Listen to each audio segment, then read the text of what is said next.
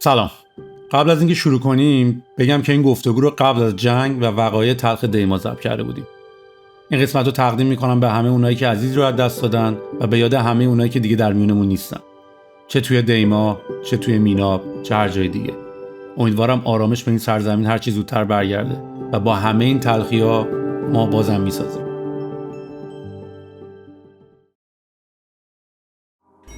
تمام برنامه‌های نوروز صدا سیما ما رو کپی کرد و کل صدا سیما که رقیب ما بشه. رامبو جوان برنامه داشت، ما یادم یه بازی داشتیم حدود 100 میلیون پرایس پولش بود. اینو مثلا در عرض 5-6 ماه ساختیم. رکورد لایو استریم کانکارنت ایران رو زدیم. تو دیموند بودی، خودت بعد بر ریسورس می‌جنگیدی، خودت بعد آدم پیدا می‌کردی و بعد تجربه تو گروه اسنپ بودن رو داشتی. دوست دارم این دوتا محیط رو مقایسه بکنی. با ایاد که مدیر عامل اسنپ بود جلسه داشتیم. گفتش معدل چند شده؟ معدل الان این وسط پیچ آوردیم داداش. گفتم 13. چرا انقدر کم؟ گفتم من عمران خوندم، اگه بالا بود الان اینجا نبودم. رفتار بس گفت که شروع کنیم صفحه دیگه. آیا رقیب مستقیم گلرنگ پخش هم می‌شدی؟ ما هممون رو هم دیگه فکر کنم زیر 0.1% بازار نمی‌شدیم. ما داشتیم با یه سری ساپلای می‌جنگیدیم که بیزنس مدلشون کش فلو بود. هکس رو میپیچوندن، بیمه رو میپیچوندن و ما نمیتونستیم باشون رقابت کنیم. یکی از بزرگترین مشکلات این که آدمو کش میدن یا ایده رو تا زمان خیلی زیاد. کی به این نتیجه میرسین که آقا دیگه این از نظر مالی حرف نمی‌کنه، باید شاددانش بکنی. باجت نداری، زمان خیلی کم داری و تو می‌خوای چیزی رو از نو بسازی. معنیش اینه که تو بهترین آدما رو پیدا کنی. فروختن یه شرکت به کمپانی بزرگتر اکوهایره. تو نه تنها تکنولوژی و یوزر بیس تو درآمد تو به اون شرکت میدی، ولی تیمت هم باید بدی. مهمترین KPI تو هر بیزنسی که داری، مخصوصا اونایی که داری شروع می‌کنی، واسه گروث. هیچ چیزی مهمتر از این نیست. و دو اینکه خیلی حال کردم با این نتیجه گیری که کردیم حاجی. آره. خب پس هیت نشد، اسنپ کیو نشد، بریم بزنیم تو اسنپ ساپلای.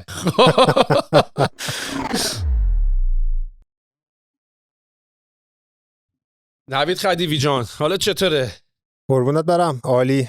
تو چطوری؟ منم شکر خدا، منم بد نیستم. دیگه داریم آماده میشیم که بریم به پیشواز سال جدید میلادی. نمیدونم حالا هواش تو ایران هست یا نه. کم و بیش هست. خیابونا به چرخی مغازه همه نفری یه دونه کاج دارن. آره همه هست. کریسمس و یلدا و همه چی با هم دیگه هست اینجا. ولی خوبه، من دوست دارم اتفاقا. من اتفاقا یادم یه زمانی توی ایران مثلا تا تقی توقی میخورد، توی کشوری یه چیزی بود هی مردم تیکه مینداختن و اینا. بعد که من اومدم کانادا که اینجا یه مقداری مثلا مالتی اینترنشنال تر بود، از ملیت مختلفی بودن، دیدم بابا اتفاقا باحال، بد نیست به هر بهونه‌ای شده یه جشنی بگیری. یه بار یه چینی‌ها یه جشنی دارن، یه بار ایتالیایی‌ها یه جشنی دارن، یه بار ایرانی‌ها یه جشنی دارن. خیلی اتفاقا کار باحالیه به نظر من. ما گیرای الکی خیلی تو مملکت خودمون میدیم به خاطر اینکه مالتی نشنال نیستیم. میدونی؟ ببین اتفاقا یکی از دوستای من که ایرانی هم نیست، ایران زندگی نمیکنه، حالا اینجا میاد میچرخ و همکارمون هم هست. یه دفعه داشتیم یه صحبتی میکردیم، یه چیز جالب گفتش که حالا با اینکه اتفاقای مختلف افتاده تو ایران، یعنی یا ممکنه دلیلش باشه یا نتیجهش که ما ارتباطمون با دنیا یه ذره قطعه، ولی میگفت چیزی جالبی که من تو ایران دارم میبینم از شما اینه که خیلی کالچر باحالی دارید، خیلی همدیگه رو دوست دارید، با همدیگه برنامه میکنید، تا سر یه بهونه یلدا یه برنامه دوره هم جمع میشین. میگفت تو کشور دیگه این یه ذره کمتره، آدم‌ها یه ذره تنهاترن، با خودشونن. خیلی دلیل این شکلی واسه اینکه دوره هم باشن و همدیگه رو ساپورت کنن نمیبینن. برای من خیلی جالب بود، چون من خودم خارج ایران زندگی نکردم. خیلی کامنت بامزه‌ای بود. بهش گفتم خیلی کمتر شده نسبت به مثلا چندین سال پیش. ببین و کامنت درستی هم هست. منم اتفاقا داشتم با مادرم صحبت میکردم، بعد هر بار ما زنگ میزنیم اینا یا مهمونی هن یا کیشن یا دارن ایرانگردی میکنن یا حداقل به هر حال کسی تو طول هفته تا جایی که بشه شب خونه نمیمونه، یا تو طول هفته یکی دو سه باری میزنن بیرون و اینا. بعد منم داشتم هر بارم که ما اینو ورم داریم به دوستامون میگیم و اینا که بابا بهتون خوش میگذره و اینا میگه که نه بابا چه خوشی به ما میگذره، اینجا ایران و شرایطش متفاوته و اینا. و کاملا که این حرف درست هست. سختی‌های هر کسی و هر جایی یه جوره، یعنی شکلش عوض میشه ولی به هر حال سختی‌ها رو داری. ولی اتفاقی که میفته اینه که توی ایران این بهونه، مثلا این که ما کار دیگه ای نداریم جز رستوران رفتن، ایران که تفریح نداره جز رستوران رفتن. من خودم هم الان دیگه میفهمم، حالا مثلا میگن اینجا هیچ تفریح نداره جز رستوران رفتن، مثلا مگه اینجا ما چیکار داریم میکنیم؟ مثلا هر روز که ما هم نمیریم بیرون مثلا یه کار عجیب بکنیم پشتک داریم میزنیم. مثلا که ما هم دیگه سنمون داره میره بالاتر و دیگه مثلا بیشتر مشغول کار هستیم و کمتر کاری میکنیم تقریبا تو کل طول هفته خونه ایم و این بهانه این که ما تو ایران جز رستوران تفریحی نداریم تبدیل شده به یکی از کارهایی که ایرانی‌ها خیلی زیاد میکنن و ایرانی‌ها خیلی دور همن و واقعا ماها اینجا خیلی تنها تریم. اینجا قیافش یه جوره، میدونی، یعنی خونه هر کی میری یه جوره، هر رستوران و باری میری یه جوره، هر کاری میکنی یه جوره. ولی ایران نمیدونم این دایورسیتیش بیشتره، این کارهای مختلفی که میکنی بیشتره، خونه هر کی میری یه جوری باحاله، میدونی. ولی اینجا همش خیلی شبیه همتره و این جالبه دیگه به نظر من. برای منم جالبه. حالا میگم من تجربه خارج از ایران نداشتم ولی جذابه. یعنی هنوز مثلا سفر تو ایران میری شهرهای مختلف میچرخی، توی یه رستورانی، یه کافه، یه هتلی میشینی با یه سری آدم لوکال اونجا صحبت میکنی، هر دفعه که میری سورپرایز میشی، هر دفعه که میری چیز جالب میبینی، یه اتفاق جدید، یه خاطره باحال، یه وایب بامزه میبینی. یعنی برای همون من خیلی سفر زیاد میرم تو ایران، خیلی هم دوست دارم این کارو و میبینمش. چیزی که میگی رو کامل میبینم تو خانواده خودم، خانواده نزدیک و آدمای دور و برمون. چیز جالبیه. یعنی با اینکه خیلی کم شده به نظر من، ولی امیدوار کننده بود چیزی که شنیدم، مخصوصا حالا اتفاقاتی که بعد جنگ تو ایران افتاد و اینا و میدیدن اتفاقا رو که چقدر آدما ساپورتیون تو ایران، چقدر پشت همن، چقدر از همدیگه حمایت میکنن در شرایط خیلی عجیب غریب و سختی که شاید اصلا جای دیگه شاید هم این شکلی باشه یا نه. حالا ولی این مشاهدش به نظرم نیاز به این داره اپریشیت بشه، ببینیمش خودمون. 100%. اصلا من هم یه بار داشتم فکر میکردم به این که ما با این همه برای خودمون در عین این حال که با فرهنگمون خیلی حال میکنیم، ولی کم هم تیکه به خودمون نمیندازیم دیگه که مثلا این چه وضعشه، این چه حرکت. آره خیلی سخت میگیریم. بعد بعضی موقع اینطوری هم که ولی واقعا با این همه هنوز آدمای پراودی هستیم، میدونی، یعنی هنوز نسبت به فرهنگ خودمون مینازیم، با کشور خودمون خیلی حال میکنیم. و من اصلا خب چند تا دنیا دارم دیگه، مثلا فید اینستاگرام من با فید مثلا توییتر من و اینا تبدیل به 2 تا فیده، یعنی هم فید برای بچه ایرانی و به اصطلاح توییتر فارسی و اینستاگرام فارسیه، هم اونور میکسش وسطش مثلا خارجی و این داستانا. و بعد من اینجورم که نمکی هم که ایرانی‌ها دارن خیلی بیشتره، یعنی اصلا خیلی بی نمک هم بقیه کالچرا. حالا خب باید توی دل فرهنگشون باشی، ولی ما یه جور بی نمکی با نمکی، میدونی. راه کمی هم نیومدیم دیگه این همه سال. این راه کمی هم جا داره یه ذره خودمونو یه ذره به قول این خارجی‌ها بزنیم پشت خودمون، بگیم حالا یه جایی هم دممون گرم، حالا انقدرم سخت میگیریم ولی کار باحال هم میکنیم. بدبختیش اینه که یه مقداری بعضی موقع احساس میکنم که این تفاوت طبقاتی و تفاوت فرهنگیه یه جای دیگه داره خیلی نمود پیدا میکنه. یعنی مثلا باز شاید اینو تو سفر کردن تو خارج بیشتر شاید بازم احساسش بکنی. مثلا یه زمانی هست مثلا تو تمام عمرت تو تهران بودی، تو تهران زندگی کردی، تو تهران کار کردی. تازه من چند تا مثالم راجع به همون تهرانش قبلا زدم. اینجا که میای تو دیگه از اقصان، یکی مثلا ممکن از اصفهان اومده، یکی از شیراز اومده، یکی یهو این تفاوت بعضی جاها، نه همه جا، مثلا من با بچهای شیراز و اصفهان و مثلا این شهرهای بزرگتر خیلی تفاوت فرهنگی عجیب غریبی احساس نکردم.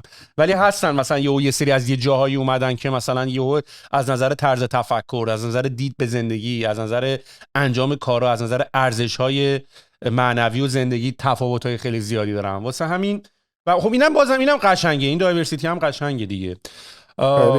و نکتهش هم تو کمپانی ایران هم این نمود پیدا میکنه، میدونی. یعنی باز من یه نکته دیگه که داشتم اینطوری بود که تو وقتی تو کمپانی‌ها و شرکت‌های خارجی کار میکنی یا اینجا کار میکنی، به هر حال تو شرکتت نمیدونم هندی هست، ایژین هست، نمیدونم از اقصا نقاط مختلف هست، میدونی، کانادایی هست، کسی که امریکا بوده هست. تو ایران یا همه ایرانی هست، میدونی، یعنی تو فقط داری با ایرانی سر کله میزنی. این برای من وقتی به ایران برگشتم یه جورایی کالچر شاک بود، میدونی. اینم خیلی عجیب بود. حالا من نمیدونم تو بیشتر تجربتو تقریبا توی اسنپ بودی، یعنی از سال 2018 تقریبا تا به امروز در گروه‌های مختلف اسنپ چرخیدی، شغل‌ها و تایتل‌های مختلفی هم داشتی و اینم جذابه. یعنی اتفاقا اینی که تو توی یه سیستم، توی اون سیستم هی جابجا شدی برای من خیلی جذابه و کلا اصلا نوع و نگاه و مدیریت گروه اسنپ هم جذابه. خیلی دوستم راجش باهات صحبت بکنم. واسه همین دمت گرم اومدی پسر. امیدوارم که بتونیم صحبت‌های مشتی با هم بکنیم. شکریم، دمت گرم، مرسی. آره اسنپ با مزه است. من تقریبا همه کارمو تو اسنپ بودم. حدود فکر کنم 8 سال داره میشه یا 8 سال بیشتر شد که تو اسنپم. حالا داستانشو از سرش بگم شاید بهتر باشه.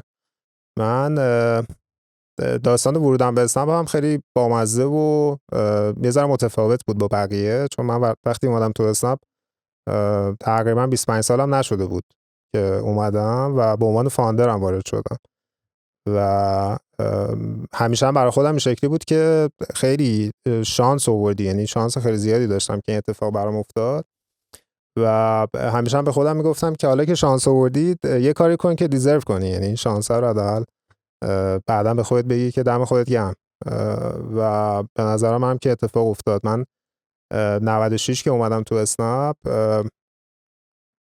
اوضاع ذره متفاوت بود با الان خیلی، یعنی همین که پول تو کشور داشت می اومد اوکی بود، هنوز تحریما شروع نشده بود، شرکت‌ها ریسک پذیر بودن، سرمایه‌گذار خارجی می اومد. اسنپ هم دنبال راه انداختن کارهای مختلف بود، پولم خرج میکرد، داشت ریسک هم داشت میکرد و منم به واسطه چند تا از دوستام که حالا به شکل مختلف باشون آشنا شدم، اونا رو کانکت کردم با اسنپ و مهمترین کسی هم که باهاش اومدم تو اسنپ پویا بود که الان مدیر عامل اسنپ مارکت. اون موقع داشت آلمان درس میخوند و دنبال اینترنشیپ میگشت. اونجا تو راکت با یکی آشنا شد، معرفیش کرد به ایران. من اینجا کسی رو میشناختم، معرفیش کردم به پویا. اومد تو اسنپ و یه 7-8 ماهی بود و دیگه اینجوری بود که خیلی چالنجش برام جذاب نیست، میخواست بره و با کسی هم کار میکرد که بیزنس دیولپر اسنپ بود، مارتین. و اونا هم بهش گفتن ببین ما چند تا بیزنس میخوایم راه بندازیم، تو اگه میتونی بیا کمک کن و کسی رو پیدا کن و بیا تو این حوزه کمک کن. یکی از کارهایی هم که میخواستن بکنن یه اپی میخواستن راه بندازن تو حوزه کانتنت. اسنپ میخواست وارد کانتنت شه و میدونست که بازار کانتنت خیلی بزرگه تو دنیا. اون موقع هم داشت پیکش میومد تو ایران و داشت وارد موبایل هم میشد، یعنی همه خبرها و این داستانا داشت وبسایت‌ها خونده میشد. اسنپ هم دنبال این بود که اینو بیاره تو موبایل و دنبال یک اپی بود تو حوزه کانتنت و خبری. منم یه حالا کارایی کرده بودم قبلش، یه استارتاپی تو دیموند که اکسلراتوری بود شبیه آواتک. تو سایکل اولش من اون تو دانشگاهی که بودم شروع کردم رو همین حوزه خبری بود و یه سری کارا اونجا کردیم و پویا هم سر همین داستان منو معرفی کرد. خیلی بامزه بود، یعنی ما موقعی که من داشتم می اومدم با ایاد که مدیر عامل اسنپ بود جلسه داشتیم. خیلی همه کنسل میشد، میگفت بیاین، نه یا ایران نبود، داستان اینطوری میشد و ما یه هفته نخوابیدیم، داشتیم یه پیچ آماده میکردیم سر همین داستان. هر شب روی این پیچ داشتیم کار میکردیم. من خیلی ادعا میشد که پیچ خوب آماده میکنم، پرزنتیشن درست میکنم و این داستانا. یه هفته تقریبا نخوابیدیم. اومدیم یه جلسه بالاخره بعد از 1000 تا بک اند فورس فالو آپ و این داستان رسیدیم تو جلسه دیگه. پویا شروع کرد معرفی کردن و منم اومدم اسلاید اول اسلاید دوم لپتاپو گرفت داشت نگاه میکرد، یهو لپتاپ بس و نگاه کرد به پویا گفتش که معدل چند شده. بعد ما اینجوری بودیم که معدل الان این وسط پیچ آوردیم داداش. بعد پویا اینجوری بود که آدم مثلا درس همین یادم نیست معدلش هم. بعد برگشت به من گفت معدل چند شده؟ گفتم ببین ام بی ای خوندم 18. گفت ام بی ای که همه بالا میگیرن، کارشناسی چند شده؟ گفتم 13. بعد گفت چرا انقدر کم؟ گفتم من عمران خوندم، یه همچین چیزی گفتم و اگه بالا بود الان اینجا نبودم، یه همچین داستانی دیگه. بعدش هم لپتاپ بس و گفت که شروع کنیم از هفته دیگه. گفتی با کی داشتی اینترویو می‌کردی؟ با ایاد و مارتین. یعنی به این زبان انگلیسی داشتن باهاتون صحبت می‌کردن؟ آره انگلیسی. خیلی هم نکته جالبی ها، چون من احساس میکنم خیلی اسنپ گروپ و فاوندراش زمانی که شروع کردن جذب نیرو کردن برای گروه هاشون از بچه‌هایی که تجربه بیرون ایران داشتن، حالا تو که میگی نبودی ولی بیرون ایران داشتن یا انگلیسیشون خوبه گرفتن. یعنی مثلا منم دوستم اینجا سبا که همون اپیزودهای اول اومده بود اینجا و الان دوستم ام دی استاپ تریپه. آره اونم اینجا کانادا بود با ما دیگه. آره. و تا رفت ایران، حالا تا شد دیگه نمیدونم تا رفت، ولی خیلی نمیدونم چجوری اینا سریع تونستن بچه‌ها رو پیدا بکنن و جذب این گروهشون بشن. قطعاً همتون این روزا به شکلی درگیر استفاده از هوش مصنوعی هستین. از مدل‌های زبانی مثل چت جی پی تی و کلاد گرفته تا ابزارهای فوق‌العاده‌ای که برای خلق تصویر، ویدیو و موسیقی اومدن، مثل کلینگ و سونو و بقیه مدل‌ها. اما چالش بزرگ همه ما چیه؟ اگه بخواید اکانت پریمیوم هر کدوم از این سرویس‌ها رو جداگانه تهیه کنین، باید برای هر کدومش ماهی شیرین بین 20 تا 25 دلار هزینه کنین که جمعش برای چند تا ابزار مختلف راحت میشه بالای $100 در ماه. حالا بماند که اصلا چالش‌های پرداخت ارزی و دور زدن تحریم‌ها و قطعی کلافه کننده وی پی ان چقدر وقت و تمرکز آدمو تو کارهای روزمره تلف میکنه. من اخیراً با یه پلتفرم ایرانی آشنا شدم به اسم هوشات.com. این تیپ پلتفرم‌های تجمیعی در دنیا کاملا مرسوم هستن و کارشون اینه که مستقیما به API رسمی خود این غولای فناوری وصل میشن و همه اونا رو یه جا جمع میکنن تا کاربر نخواد برای کارهای مختلف به 100 تا سایت سر بزنه و اکانت‌های متعدد بسازه. اما ارزش افزوده و مزیت اصلی هوشو برای بچهای داخل ایران چیه؟ اولا نیاز به VPN نداره، سرعت دسترسی بهش بالاست و پرداختش هم کاملا ریالی و ساده است. دوما و به نظر من جذاب‌ترین و منصفانه‌ترین بخش ماجرا اینه که هیچ اشتراک ماهانه اجباری در کار نیست. سیستم هوشو بر پایه کردیته، یعنی شما حساب خودتون رو شارژ می‌کنین، دقیقاً به اندازه مصرفی واقعی اعتبار مصرف میشه و این اعتبار هم هیچ وقت منقضی نمیشه، یعنی پولی که پرداخت کردید مثل اشتراک‌های معمولی آخر ماه نمیسوزه و از بین بره. یه ویژگی خوب دیگه‌ش هم وجود دستیارهای تخصصی آماده است. مثلا برای حوزه‌هایی مثل برنامه‌نویسی یا تحلیل بازارهای مالی از قبل بهینه‌سازی شده تا بدون نیاز به درگیری با پرامپت نویسی‌های پیچیده بهترین خروجی رو بگیرید. پیشنهاد می‌کنم خودتون یه سر به سایتش بزنین، رابط کاربرش رو ببینین و مدل‌ها رو تست کنین. دمتون گرم، مشتی هستین. اون موقع اسنپ اسمش IIG بود، ایران اینترنت گروپ بود و یه اچار خوبی هم داشتیم ما اون موقع توی IIG. کار هد هانتینگ میکردن و خیلی روی این داستان سرمایه گذاری کرده بودن و تیم خوبی هم داشتن و نتورک خوبی داشتن، به محضی که آدمای مختلف و جای مختلف میدیدن یا میشنیدن ریکامند میشد سریع اپروچ میکردن و تو این بیزنس ها پایر میکردن. هنوز هم این داستان ما تو اسنپ داریم به عنوان ترگلو که نمیگین، چون ترگل فکر کنم اون اواسطش اومد تقریبا. آره ترگل بعد از اینکه اسنپ اسمش اسنپ شد و بعد یک پارچه شد و این داستانا فکر کنم ترگل به ما اضافه شد. قبلش حالا گروه اسنپ این شکلی نبود، IIG بود. و آره یعنی خیلی از فاندرایی که تو اسنپ اومدن خارج از ایران بودن یا حالا تو ایران هم داشتن کار میکردن. داشتیم مثلا خود سعید، مهراد، کسایی که الان دارن اسنپ فود رو انجام میدن، اینا از بچه‌ای بودن که اصلا تو ایران بودن، امیرحسین و خیلی از کسای دیگه.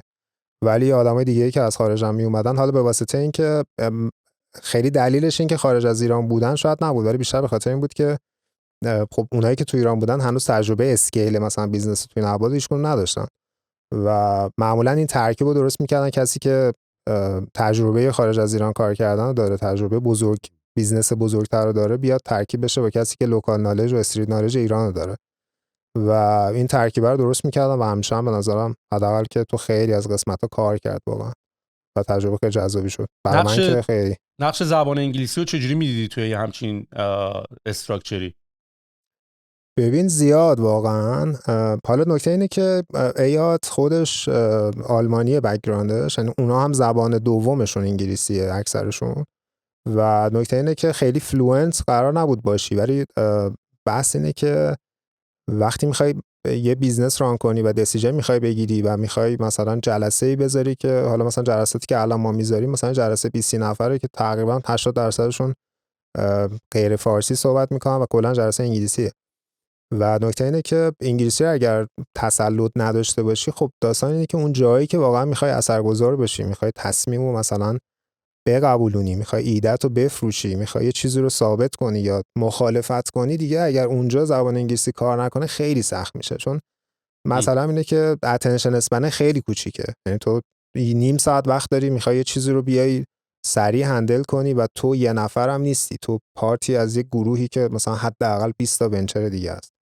چقدر به تو تایم میرسه؟ مثلا در ماه نیم ساعت ماکس و تو نیم ساعت تو باید کارتو انجام بدی و اگه این زبان انگلیسی اینجا بریر بشه دیگه خیلی جا سخت میشه واقعا. آره کاملا مهمه، خیلی کاملا حرفتو میفهمم و یه جورایی این اتفاقم برای ما هم افتاد. یعنی منم وقتی که اومدم ایران، خب من بیشتر اون موقع، حالا بیشتر عمر حرفه‌مو من 18 سالگی از ایران زدم بیرون، دقیقا قبل از کنکور و اصلا هم هیچ ارتباطی به بیرون بودن من نداره. اصلا قبل از این که من از ایران بیام بیرون، اصلا نحوه یاد گرفتن ما، آشنایی ما با کامپیوتر ما که اصلا اون موقع که اصلا فارسی نبود، اصلا روی ویندوز 98 و حالا بخوای بگی کار جدی شروع شد، شاید مثلا حالا XP و نمیدونم این داستان، اصلا خیلی ساپورت فارسی نبود. اینجوری نبود که مثلا موبایل تو فارسی بکنی، سایت های ایرانی بری، نمیدونم تلویزیونت منوی فارسی داشته باشه و اینا. اصلا کلا ما به شکل خیلی طبیعی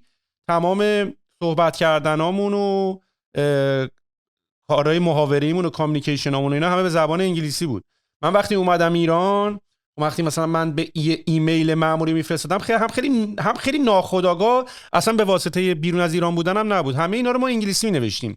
بهت گفتم همون اول من یه کالچر شاکی داشتم اومدم ایران، تو همین مایا بود. یعنی اولیش همین بود. اولیش این بود که برای ملت خیلی عجیب بود که چرا ما ایمیلامون رو انگلیسی می‌نویسیم.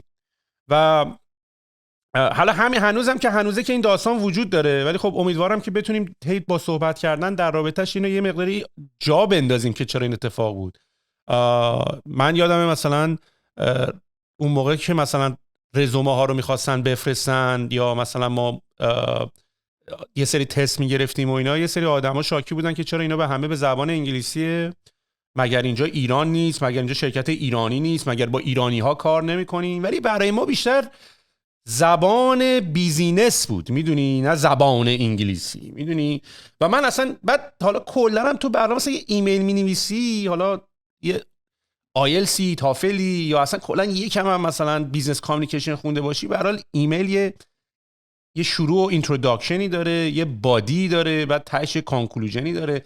مثلا ایمیل بچه‌ها رو می‌دیدم، مثلا یه فایل اکسل اتچ کردن، مثلا نوشته بودن خدمت شما، مثلا این که داشتید چه واسه ایمیل نوشتن آخه تو رو جون مادرت، میدونی، نامه اداریشه. خیلی اصلا عجیب غریب بود، میدونی. یعنی مثلا و میگم اصلا رفتی من من بچگی خیلی خود سازمان یافته و سلف استادیتور خودم اینا رو یاد گرفتم. به هر حال یعنی یه جوری بود که انگار مثلا من یه بحث در این بود، تا حالا ایمیل ندیدی، میدونی مثلا. و اینا خیلی کالچر شاک بود برای ما که، و شاید هم یه مقداری باید تو مدرسه، تو دانشگاه اینا به آدم این چیزا رو یاد میدادن که اصلا یاد ندادن. ولی من خیلی قوری هم به دانشگاه نمیزنم. حتی من یه مقداری نحوه آموزشم، من همه چی رو باید خودم یاد بگیرم. یعنی من برم سر کلاسم باید وایسم معلم حرفش تمام شه بیام خونه خودم بخونم، میدونی. من خیلی استایل خوندنم و اینا خیلی کاستمه برای خودم، میدونی. و یه مقداری اینا خیلی عجیب بود. ولی خب من فکر میکنم گروه اسنپ هم همچنین بود. یعنی به قول تو جلسه ها به زبان انگلیسی داشته برگزار میشده، مکالمات به زبان انگلیسی داشته صحبت میشده، قراردادها احتمالاً تا حدی، میدونی. و همه اینا رو ما داشتیم. یعنی برای من خیلی این طبیعی بود، ولی این بزرگترین تیکه‌ای بود که تو اون بازی زمانی به ما مینداختن. فکر میکنم هنوزم هست تا حدی. آره هنوزم هست. من خودم هم خیلی وقتا انگلیسی میفرستم، بعد بعضی موقع میبینم مثلا بد برداشت میشه، درست ترجمه نمیشه، دوباره فارسیش میکنم. این داستانا هست. ولی به این نکته که هست، مثلا خیلی وقتا این چند وقت پیشم به اگه اشتباه نکنم مدیر عامل نسله بود، خانم، فامیلش رو فراموش کردم، یه وایبی اصلا خیلی عجیب غریب باز شد که چرا مثلا توی یه مصاحبه ایشون کلمات انگلیسی استفاده کرد و خیلی داستان شد. مثلا لینکدین داشت میتره که سر این داستان. و من اینجوری بودم که ببین حالا یه بحث اینه که وقتی تو داری به شرکتی که بیسش ایرانی نیست کار میکنی، خب مدیرات همه یعنی زبان میشه زبان انگلیسی دیگه، یه چیزیه که همه بفهمن. و تو وقتی زیاد این کار رو انجام میدی دیگه، از جایی به بعد اصلا انگلیسی فکر میکنی، خیلی سخته دیگه سویچ کنی. و اینی که حالا خیلی از کلمات بیزنسی معادل فارسی نداره یا اصلا درست نشده یا ما نداشتیم، این دیگه حالا اون آدم مسئول این نیست که زبان فارسی رو مثلا رواج بده تو مملکت. درسته اگر داره استفاده کنه خیلی بهتره، ولی خب وظیفش که این نیست.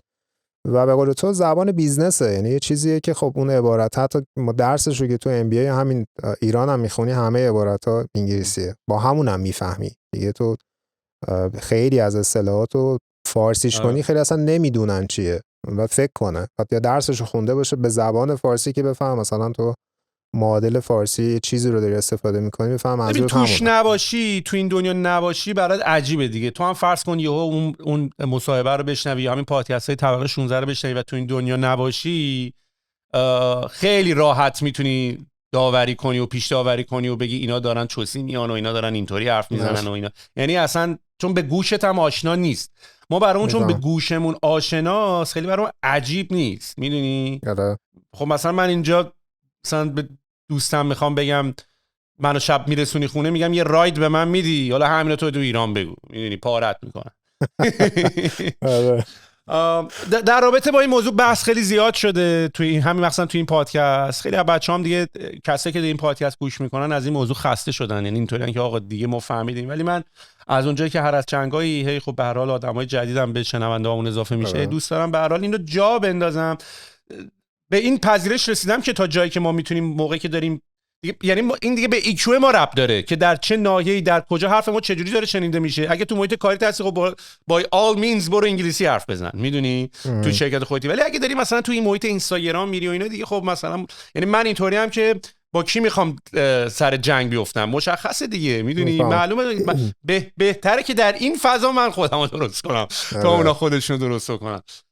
واسه همین منم تا جایی که بشه اصلا برای یه صحبت روانتری هم خب بهتره که آدم اون کارا رو انجام بده. ولی بعضی از اصطلاح‌ها رو قبول دارم، یه سریاش اصطلاح‌ها رو بعضی‌ها میپذیرم، یا حالا اصطلاح رو پذیرفتیم، یا دیگه وقتی من مغزم سوئیچ کرده رو اون مود دیگه نصف دیگه‌اش هم میگم دیگه، میدونی، سخته دیگه حالا جدا سازی بکنم و بعدم فکر بکنم به اون کلمه، چون کلمه رو بیشتر استفاده کردم، میدونی. مثلا دوره چند وقتی یارو داشت زیر کامنت نوشت چرا میگی رودمپ نمیگی نقشه راه؟ میگم داداش خب من تا حالا چند بار تو زندگیم گفتم بچه‌ها فردا جلسه نقشه راه داریم، همش میگیم جلسه رودمپ دیگه. حالا به من گیر میدی که چون میشد رودمپ رو ترجمه کنی چرا نکردی؟ از الان دیگه جوابش برو باباه. ببینم تو شروعت به اسنپ، تو اولین باری که شروع کردی رفتی تو اسنپ کیو، نه؟ ما بیزنسی رو انداختیم به اسم اسنپ هیت HIT. اونم مال اسنپ بود؟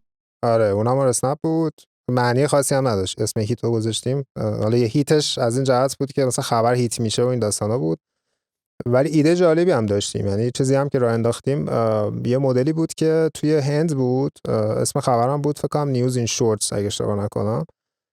ایده این بود که تو خبر رو بیای سامرایز کنی، توی خلاصه کنی، داره میگی فارسیش هم تو 60 کلمه اینو خلاصه کنی که خیلی سریع بتونی بفهمی مثلا در عرض چند دقیقه دنیا چه خبره. یه اپ دیگه هم بود سیپ به معنای اینطوری که سیپ یعنی تو از لیوان یه سیپ آب میخوری دیگه. یه اپی هم بود حالا احتمالاً هم هنوز هست، اونم تو همین مایا بود، در حد همین دقیقاً با همین در حد یه دو سه جمله خبرای روزو خیلی همینطوری اینستاگرام توری بخونی. دقیقاً ما اینو راه انداختیم، باحالم شد، یعنی یوزر بیس خوبی هم گرفت، خیلی هم آدم استفاده میکردن، نوتیفیکیشن هم که اون موقع میدادیم خیلی جذاب شده بود، خیلی همین جوبینی که میگه که از فنای ما بود اون موقع به اسنپ هم اضافه شد. ولی مسئله‌ای که داشتیم بود که تلگرام تازه شروع شد تو ایران همون موقع و خیلی یهو اومد مینستریم شد و همه این چنلایی که تا الان داشتن روی وبسایت کار میکردن یهو شدن چنلای تلگرام، همه نیوز وبسایت‌ها، و آدما دیگه داشتن رو اون گوش میدادن. خیلی بیزنس از اکانومیش در نمی اومد، نمیتونستیم ازش پول در بیاریم. بعد تبلیغات میگرفتین؟ از نرفتیم مثلا سراغ این که به تبلیغات برسیم، یعنی اینطوری بودیم که این ریتنشنه بعد کار کنه، یوزر اکوئیزیشنش ککش این داستانا کار کنه، حالا بریم سراغ این که درآمد داشته باشیم. به جای رسید که دیگه این یوزر بیس بزرگ نمیشد، یعنی توی نیش مارکتی خودش رو گرفته بود و دیگه اون موقع مثلا ما سوپر اپ اسنپ نداشتیم که بگیم حالا اینو ببریم تو سوپر اپ مثلا یه فیچرش کنیم آدما بیان مثلا فقط خبر بخونن و بره یه تیم کوچیک بذاریم، بعد خودش کار میکرد به عنوان بیزنس. و یه 7 8 ماه روش کار کردیم، کار نکرد. خیلی هم جالب شد، یعنی ما وسطاش اینطوری بودیم که مثلا تایم اسپنت یکی از KPI خیلی مهممون بود و خیلی هم بالا نمیرفت. حالا منطقش هم بود که ما سامرایز کردیم دیگه، خیلی هم تایم اسپنت نباید زیاد میشد. ولی مثلا مسئله این بود که آدم خیلی خبرم تا تهش نمیخوندن، حالا فیده مثلا تا ته نمیرفت. یه ایده آوردیم بالا، یه ایده مثلا ما تست کردیم، گفتیم که بیایم یه گیمی را بندازیم، از آدما بپرسیم که تو اون خبره مثلا چه خبر بود، مثلا در فلان خبری که اومد آقای فلانی چی گفت. مسابقه هفته است مگه؟ آره یه مسابقه با گوگل فرم را انداختیم، خیلی بیسیک. هر شب مثلا از آدما سوال می‌پرسیدیم که در خبر فلان چی شد. بعد مثلا یه لیدربورد خیلی بیسیکی داشتیم، میگفتیم مثلا این 3 نفر اول شد. بعد تیم ادیتوریال داشتین، یعنی کسی باید خبرها رو میشست مینوشت. AI که نبود اون موقع. نه AI داشت تازه، یعنی یه بیزنس چینی بود که چند میلیارد دلار اون موقع والیویشن بود، اسمش یادم رفته، هنوز هم از خیلی هم بزرگه. اون بود توی اصلا یه یونیورسیتی ای آی یادم اون موقع راه انداخت فقط برای همین اپ خبریش، یعنی در این ابعاد بزرگ بود. و هی هم یاد به ما میگفتش که بری سراغ ریکامندیشن انجینا و NLP و اینا. میگفتم داداش با تیم 10 نفره خیلی توقع نداشت، بعد خیلی فانت کنی و نمیصرفه واقعا ما اونوری بریم.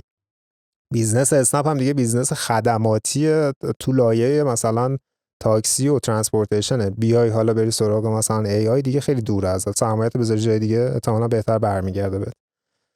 ولی اون جالب گیم که این خیلی کار اتفاق کرد. سال 2018 داشته میافتاده، یعنی اون موقع تازه شروع تقریبا اوایلش هم بود این داست. نه حتی نه 2018 اواخرش بود. من 2018 از ایران زدم بیرون که دیگه تبدیل شده بود به چند گروه بودن اسنپ.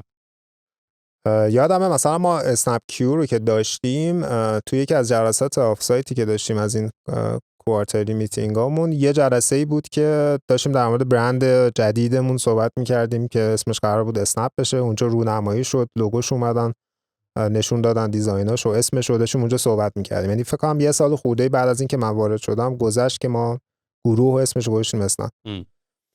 ولی اون گیمی که ما رو انداختیم چون جذاب شد و اینا، یه ذره رو اون کنجکاوی کردیم، رفتیم دنبالش، دیدیم یه ایده تو آمریکا هست به اسم اشکیو تریویا، یه چیزی بیزنسی شده من بود بازی که می‌کردم. آره دیدیم خیلی باحاله و دیدیم کیو هم اسنپیت هم که کار نمیکنه، با پویا تصمیم گرفتیم سویچ کردیم رو کیو و یه هیت خیلی خفن رو انداخت. یعنی چیز به توضیح نظر میدی میاد اسنپ کیو چی بود؟ آره یه ایده اسنپ کیو اینطوری بود که ما همه رو کپی کردیم از اشکیو تریویا، خیلی ایده ما نبود. یه بازی بود که یه مجری داشت، سر ساعت مشخصی هر شب برگزار میشه، مثلا 10 شب یه مجری می اومد لایو، آدما می اومدن تو مسابقه، یه جای شروع میشد مسابقه و 10-12 تا سوال از آدما میپرسیدیم و آدما بعد تو اون سوالا رو جواب میدن. سوالا حالا مثلا اطلاعات عمومی. اینسنتیوش هم این بود که اونایی که این 12 تا سوال پشت سر هم درست جواب میدادن میرفتن توی پولی از اون پرایزی که ما گذاشتیم، مثلا گفته بودیم که 10 میلیون تومان جایزه این بازی. 1000 نفر هم شروع کردن، مثلا 10 نفر رسیدن به سوال 12 و درست جواب دادن، این پرایز پول مثلا 10 میلیون تومانی بین اون 10 نفر تقسیم میشد و پول نقدی میبردن. ایده این بود کلا یه سری سوال میپرسیدن و یه برنامه لایو مثلا نهایتا یه رو بشد. ما اینو مثلا در عرض شاید بگم 5-6 ماه ساختیم با 2 تا تیم آوتسورس، با یه تیم 5-6 نفره تک خود اسنپ که توی تیم هیت بودن و ما اینا رو سویچ کردیم رو کیو و رکورد لایو استریم کانکارنت ایران رو زدیم. یعنی ما یادمه که یه زمستونی بود که ما یه بازی داشتیم حدود 100 میلیون فکر کنم پرایس پولش بود و 200,000 نفر لایو کانکارنت داشتیم. یعنی تا اون موقع همچین عددی تو لایو ایران نبود، مثلا نه ریلز اینستاگرام بود نه مثلا شورتس یوتیوب بود، اصلا همچین چیزایی نبود اون موقع. و ما این رکورد هم یادمه که توی ستاد روحانی اگه اشتباه نکنم یه برنامه لایوی بود که کانکارنت هم نبود، رکوردش از ما بیشتر بود. یعنی ما 200,000 نفر در یک ثانیه همزمان داشتن یک اکشن برمی داشتن و چالش خیلی عجیب غریبی بود اون موقع. یعنی ما با 2 تا 3 تا تیم تک متفاوت از جای مختلف داشتیم کار، 4 تا تیم تک داشتن با هم کار میکردن که این برنامه رو درست کنن. یه قسمتش با آروان بود، یه قسمتش با تیم همروش بود، یه قسمتش تیم خودمون، چندین تا تیم داشتن همزمان این چالش بزرگی که حالا چالشش چی بود؟ چالش بود که این چند ده هزار نفری که همزمان اومدن اولا بعد ویدیو رو همزمان میدیدن، همه جا بعد همزمان میدیدن و وقتی دارن سوالو میبینن همزمان سوالو ببینن و سوالم که جواب میدن، چون سوالی که نشون میدادیم بعد چند ثانیه جوابشو نشون میدادیم، اینا همزمان بعد این اتفاقه برای همه اینا میافتاد تو کل ایران. این چالش اصلیش بود. حالا از اون طرفش هم کانتنتش و استودیوش بود که ما رو پشت بوم اسنپ یه اتاقو گرفتیم استودیو کردیم و هیچ ایده هم نداشتیم، اینو ساختیمش و اینقدر این لایو بزرگ شد، اینقدر اسنپ کیو وایرال شد که یادم نوروز همون سال اگه اشتباه نکنم 97 بود، یه همچین چیز 97 98 بود. نوروز هم خیلی، یعنی برنامه صدا سیما خیلی سهم زیادی از ایران داشت اون موقع، هنوز هم این داستانا نبود. تمام برنامه‌های نوروز صدا سیما یک بازی شبیه اسنپ کیو شد به اسم روبی کیو، یعنی به اپ روبیکا اومد و ما رو کپی کرد و کل صدا سیما تمام برنامه‌هاش، حتی رامبو جوان برنامه داشت موقع یادم، روبی کیو رو اومدن کپی کردن که رقیب ما بشه. یعنی همچین تبی را افتاد، 7-8 تا اپ دیگه مثل ما را افتاد و همونطوری هم که خیلی سریع وایرال شد خیلی هم سریع تبش خوابید و این همه جای کلا دنیا. هم عمر خود اون ورژن اصلی HQ تریویا اونم همون سال 2017 و 2018 بود، اونم 2 سال بود. آره اونم سریع تموم شد. آره. همه جای دنیا هم خیلی جا، مثلا ترکیه آدم بود، هند بود. ترکوند اگه یادت باشه. آره. اول اصلا فاوندرای واین هم درست کرده بودنش. دقیقاً. فاوندرای واین درست کرده بودنش و خیلی بزرگ شده بود. یعنی فکر کنم بذار سریع آمار بگیرم ببینم مثلا آره یه برنامه‌اش نزدیک 2 میلیون نفر. 2 میلیون آره 2 میلیون کانکارنت داشت. پلیرز داشتن، همزمان داشتن بازی می‌کردن و اصلا اومدن آخه این بازی‌ها قبلا تو تلویزیون میشد دیگه، زنگ می‌زدی به تلویزیون. آره. تو مسابقات شرکت می‌کردی. یه جوری این بود که این فیوچر آف تیویه، این آینده تیویه و خب خیلی هم آخه باحال بود. یعنی که تو موبایل تجربه ویدیو و لایو با کسی بازی کردن رو نداشتی. البته الان هم مثلا من حتی دیدم یه سری کازینوهای آنلاین مثلا واقعا دیلر اون پشت نشسته ولی تو داری پشت کامپیوتر بازی می‌کنی ولی دیلره که داره مثلا بلک جک و اینا داره ورق بهت میده و این داستانا. ولی خب خیلی چیز جذابیه دیگه، چون همیشه تو عادت کردی به یه سری گرافیک و نمیدونم مثلا یه چیز خیلی فلت و اینا، ولی اون موقع داری چی ویدیو میدیدی، مجری داشت با آدما صحبت میکرد، اسم میبرد، با آدما تیکه مینداخت، اینتراکت میکرد. خیلی باحال بود و خیلی اسپانسرای خفنی هم گرفته بودن. یعنی مثلا هم نایکی و نمیدونم کمپانی خیلی بازی مثل وارنر برادرز و اینا اومده بودن شده بودن چیزشون اسپانسرشون، هم مثلا رابرت دنیرو و دراک و اینا رو هم همواره به عنوان موجود، یعنی هر کاری دیگه میکردن که این بیننده ها بره بالا. و من خودم هم یادم، یعنی مثلا ما اینجا فکر کنم ساعت 10 شب اینطورا بود یا 8 شب یادم نیست دقیقاً، نوتیفیکیشن می اومد که بازی شروع شده و من یادمه مثلا رستوران بودیم، ملت وسط غذا خوردن یهو موبایلا رو در می‌آوردن میرفتن تو بازی، اینجوری که داداش میدونی خیلی جذاب بود. کلی من ویدیو دارم از زمان اسنپ کیو همین شکلی یهو وسط رستوران، وسط مهمونی آدمو یهو جمع می‌شدن، مهمونی کنسل می‌شد. آره و این خیلی جالب بود. حالا متاسفانه اونم فاوندرش فکر کنم دراگ اووردوز کرد، مرد. بعدم که اونم کلی مشکل تکنیکال گلیچ رو اینا خوردن، ولی برای من اتفاقا خیلی جذابه. یک همین بحث تکنیکالش خیلی جذابه، به قول تو ویدیو رو استریم بکنی، اینتراکتیو باشه، لیتنسی نداشته باشی، بعد بتونی جواب آدما رو بگیری. فکر کنم حتی یه دوره‌ای هم خیلی شروع کردن تقلب کردن و این داستانا، هم از استفاده از این گلیچ و لیتنسی ها، هم این که نمیدونم مثلا احتمالاً 10 نفر سری گوگل می‌کرد کارای خوب. خدا رو شکر چت جی پی تی نبود اون موقع، یعنی یه اسکرین شات اصلا اسکرین شات هم نمی‌خواست، چت جی پی تی وا می‌کردی داشت گوشیتو میدید دیگه، همون رو جواب میداد. خیلی برام جالبه چرا دوباره نمونهش شبیهش ریکرییت نشد. البته توی کیس اچ کیو تریویام یه دلیلی که اصلا بستنش اول یه کمپانی بهشون آفر داد بخرتش، بعد لسمه دیله از بین میره و اینا هم یه شادداون میکنن، بعد یه نفر دیگه میاد میخرتش که دوباره زندهش کنه، ولی دیگه بر نمیگرده به اون دوران اوجش، بعد دوباره شاتداونش میکنن. ولی برای من خیلی جالبه که چرا حداقل این ایده این که مجری ویدیو لایو دوباره زنده نشد. میدونی نمیدونم چرا این اتفاق دیگه نیفتاد. اسپانسر این قسمت از پادکست طبقه 16 شرکت لیمو هاست. اونایی که تجربه خرید هاست و سرور دامنه دارن احتمالاً اسم لیمو هاست رو شنیدن. من یه چرخی توی توییتر زدم که ببینم ملت راجبشون چی میگن و دیدم که عمدتاً خیلی از شرکت لیمو هاست و خدماتش راضیان، علل خصوص که دیدم خیلی تعریف میکنن از پشتیبانی و ساپورتش. همونطوری هم که میبینیم خودشون خیلی اکتیون و به سوالا و منشنات جواب میدن. جدیداً شرکت لیمو هاست یه سرویسی رو لانچ کرده به اسم مقیاس یا همون احتمالاً اسکیل که همونطوری که از اسمش پیداست برای شرکت‌ها و کمپینایی که میره بالا و عمدتاً به خاطر ویزیت بالا سرویس‌ها داون میشه که این اتفاق تو ایران هم کم پیش نمیاد. این سرویس پاسخگوی این نیازه. اگر شما یه همچین مسئله‌ای تو شرکتتون دارین، حتما با تیم پشتیبانی مقیاس و شرکت لیمو هاست تماس بگیرین، باهاشون مشورت کنین و ببینید که آیا راهکارشون به درتون میخوره یا نه. دم شما گرم. بریم سراغ پادکست. ببین به شکل مختلفش بعد از این داستان اتفاق افتاد، یعنی مثلا حتی ویدیوهای مختلف یا فیلم سینمایی یا حتی سریال ساختن که یه ذره اینتراکتیو بود، تو میتونستی جریان داستان رو عوض کنی و اینا، ولی اون داستان اتفاق نیفتاد. یه اصلا موضوعی که داشتیم بود که مدل اینسنتیوی که بازی داشت یه طوری بود که فقط همینطوری میتونست کار کنه، یعنی شبیه لاتاریه، یه بار میای و حالا بره تا دفعه بعد. چون چانس اینکه تو میبردی اون پرایزو خیلی پایین بود. اولا یه مثلا فرض کن بعد پرایس پول بعد تقسیم میشد و معنادار میشد. اگه پرایس پول مثلا انقدر کوچیک میشد که به آدمای چیز خیلی کمی برسه، خب دیگه جذاب نبود. واسه همون ما هم خیلی مدل تست کردیم. مثلا ما یه مدلی که خیلی بامزه بود تست کردیم، یه ماراتون درست کردیم. مثلا ما بازیمون اینطوری بود که 12 تا سوال تمام میشد و پرایس پول تقسیم میشد. بعد ما اومدیم یه مدل درست کردیم مثل ماراتون، انقدر سوالو تکرار میکردیم که یه نفر بمونه، که اون پرایس پول برسه به یه نفر. خیلی مدل تست کردیم، یعنی مدل بدون مجری، با مجری، مثلا سوالای مختلف، کاتگوری مختلف، خبریش کن، نمیدونم ورزشی، از همه مدل‌ها رو تست کردیم.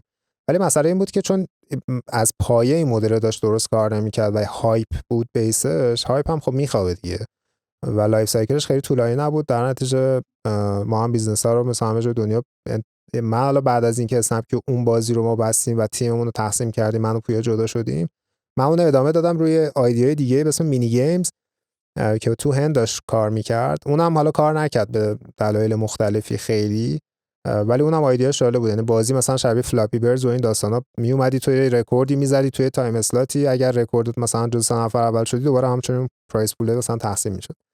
ولی مسئله این بود که هم خیلی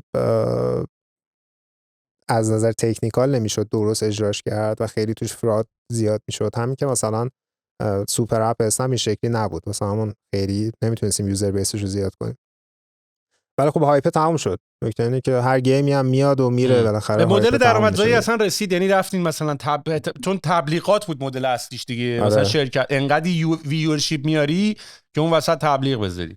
دو تا مدل داشتیم. یکی این که تو برای اینکه تو بازی میموندی باید مثلا میرفتی این اپ پرچیز داشتیم و مثلا جون اضافه میخریدی که مثلا یه سال اشتباه مثلا میزدی میتونستی دوباره برگردی به بازی و اون جون اضافه رو میتونستی بخری. و یکیش هم اسپانسرشیپ بود. ما هم اسپانسرشیپ های خوبی گرفتیم، یعنی مثلا برندهای بزرگی اومدن، تبلیغات هم کردیم، ولی خب به هزینه نگهداشت بیزنسه و یوزر اکویزیشنش هیچ وقت این دوتا به هم دیگه نمیرسید. و از اون طرف هم چون هایپ داشت میخوابید دیگه تا یه حدی پولش رو در آوردیم و از اونجا بعدم دیگه ببینم قبل از اینکه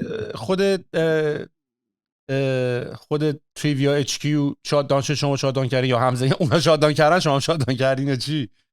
فکر کنم ما قبل از اونا بستیم. یعنی ما قبل از اون دیگه تعطیلش کردیم، اونا بودن همچنان، خیلی هم کوچیک شد ولی اونا ادامه دادن و دلیل اصلیش همین بود که یواش یواش هایپش داشت میخوابید. آره مجریش عوض شد، لوس شد اصلا تو اچ کیو تریویا. پسر باحال بود. محمد رسن قیاسی هم اون موقع مجری ما بود. آره یعنی یکی از برنامه ما محمد رسن بود، خیلی سلبریتی هم می آوردیم تو برنامه، جالب بود. یه هر کاری اونا میکردن شما هم داشتین میکردین دیگه، یه جورایی دیگه. ما هر شب اونو میدیدیم این طرف.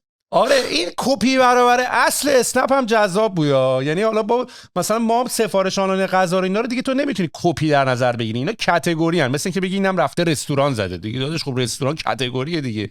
ولی شما دیگه کپی برابر اصل بودین دیگه. اصلا کلا اسنپ یه مقداری ریسک ایده رو برداشت کلا، میدونی، و کلا مدلشه، یعنی مدل راکت اینترنت اینه اصلا.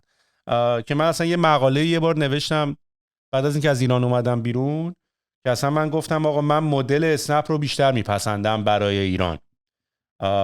اینی که مدیر عامل نداره، MD داره، نمیدونم یه مقداری خیلی KPI بیسته، خیلی یعنی یه مقداری گفتمان و صحبت‌ها رو خیلی فرمولایز کرده بود و این بحثایی که بین فاوندرها ممکنه اتفاق بیفته، چالنجایی که بین فاوندرها اتفاق ممکنه بیفته، اینی که همه کارا رو خودت باید بکنی، اینا رو تا یه حد خیلی زیادی اینا رو آفست کرده بود و به نظر من مدل موفق تری بود. و بحثای تکنیکال اسنپ کیو به نظر من خیلی جذابه. حالا من نمیدونم چقدر خاطرت هست، ولی واقعا تو اون بازه زمانی استریم کردن، اینکه سرورهای ایران بتونن، چیزی خاطرت هست از چالنجایی که داشتین اون موقع؟ ببین آره خیلی، یعنی داستان زیادی یادمه، ولی مثلا من یادمه که اون دوتا شرکتی که ما باشون داشتیم به عنوان شرکت آوتسورس، یکی داشت کار زیرساخت ما رو انجام میداد، یکی داشت کار لایو استریم ما رو انجام میداد. ابر آروان فکر کنم لایو استریم ما بود، همروش زیرساخت ما بود. یه شرکت آوتسورس دیگه داشتیم داشت کار بک اند ما رو انجام میداد. شرکت یعنی خود اسنپ کیو تیم این هاوسش داشت کلاینت ساید و بحث اپ و اینا رو انجام میداد. این چالش اصلی اول ما این بود که این 4 تا شرکت بتونن با هم کار کنن و بتونن درست کار کنن. این خیلی چالش بزرگی بود. و یادمه که مثلا ما با ابراروان قراردادی بستیم که اینا اصلا شروع کردن اینوویت کردن، یه سری چیزا رو شروع کردن ساختن از اول که بتونن اصلا برنامه اسنپ کیو رو بتونن هندل کنن. و یادمه که بعد از اسنپ کیو، یعنی اواسطش فکر کنم تموم شد، هم خود شرکت امروش هم خود شرکت ابراروان همایشاتی گذاشتن که توی اون اصلا داشتن توضیح میدادن که ما چیکار کردیم تو اسنپ کیو که این داستان کار کنه. یعنی اصلا یه سری چیزا رو شروع کردن از اول اختراع کردن انگار. و خیلی داستان داشتیم، یعنی بعد داستانش هم خیلی عجیب بود، یعنی قطع میشد وسط برنامه، مثلا دوباره بر لایوش میکردیم. حالا فکر کنم مثلا استودیویی که من اونجا داشتم راه مینداختیم، حالا استارتاپی فکر کن ما همچین برنامه‌ای رو بردیم بالا، همه دیوایسامون رنتی، مثلا کامرا رنت، نمیدونم دوربین رنت، هیچ کدوم اصلا نخریده بودیم. با یه مثلا لپتاپ خیلی ساده یه برنامه مثلا 100,000 نفری ما می‌آوردیم بالا، مثلا نصف شب ساعت 10 شب رو پشت بوم مثلا، و هزار تا اتفاق میافتاد. برق قطع میشد، نمیدونم دوربین قطع میشد، نمیدونم لایت میرفت، حالا از اون طرف تو بک‌گراند مثلا، حالا همه اینا کار میکرد. چیز اتفاق عجیب غریبی بود که سوال اشتباه بود، مثلا سوالو داده بودیم جواب سوال اشتباه زدیم، کل برنامه میرفت رو هوا.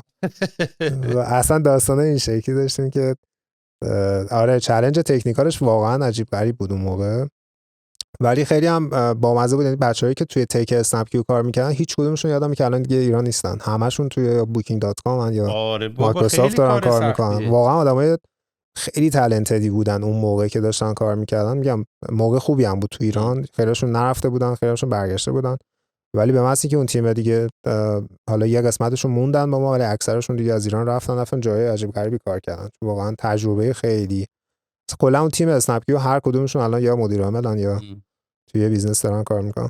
بعد حالا الان رو نگاه کن که یه چیزی تویچ مثلا، یا این همه آدم، یا زوم میری رو زوم کال. من اصلا رو زوم کال که میرم بعضی موقع مثلا این زوم کالای پابلیک مثلا 1000 نفر آدم توشن، اصلا کرکوپرم میریزه چجوری این همه آدم همزمان وصلن. و واقعا هم از نظر تکنیکالی سخته. ما اینجا بهتر مود ما هم یه چیزی حالت سوشال نتورک که تو باش میتونی کامیونیتی آنلاین بسازی، فیچرهای این سوشال نتورک ها رو داره. بعد بحثای زیاده، یعنی مثلا ساده ترین چیزایی که به ذهنت نمیرسه که اگه یارو مثلا یه آیتمی رو لایک کرد ولی بعدش دیسلایک کرد، اون نوتیفیکیشنی که رفته چی میشه مثلا؟ یا مثلا اگه یارو اکانتشو پاک کنه، مثلا این پستایی که یارو قبلا گذاشته رو میذاری بمونه، اونا رو هم باش ور میداری بره، نمیدونم. یا اصلا خیلی بحثای عجیب غریبی وجود داشت که مثلا اینطوری، یعنی سوالش هم بعد میشسی فکر میکردی به جوابش، تکنیکالش اصلا به کنار دیگه. اصلا از نظر چه بشود خوبه، اصلا میدونی چی کارش کنیم خوبه. ولی آره دوره خیلی خیلی باحالی بود و ماشاءالله که اسنپ هم سرمایه بهتون داده بودم. مدل اون موقعی که تو مثلا اینو داشتی درست می‌کردی گفتم آقا اینقدر باجت دارین یا اینقدر سرمایه دارین، کش دستتونه، پول تو بانک دست خودتون برین باجت بندی کنین. نه به مدل اسنپ از همون اول هم شکلی بود، الان هم همینطوری هست.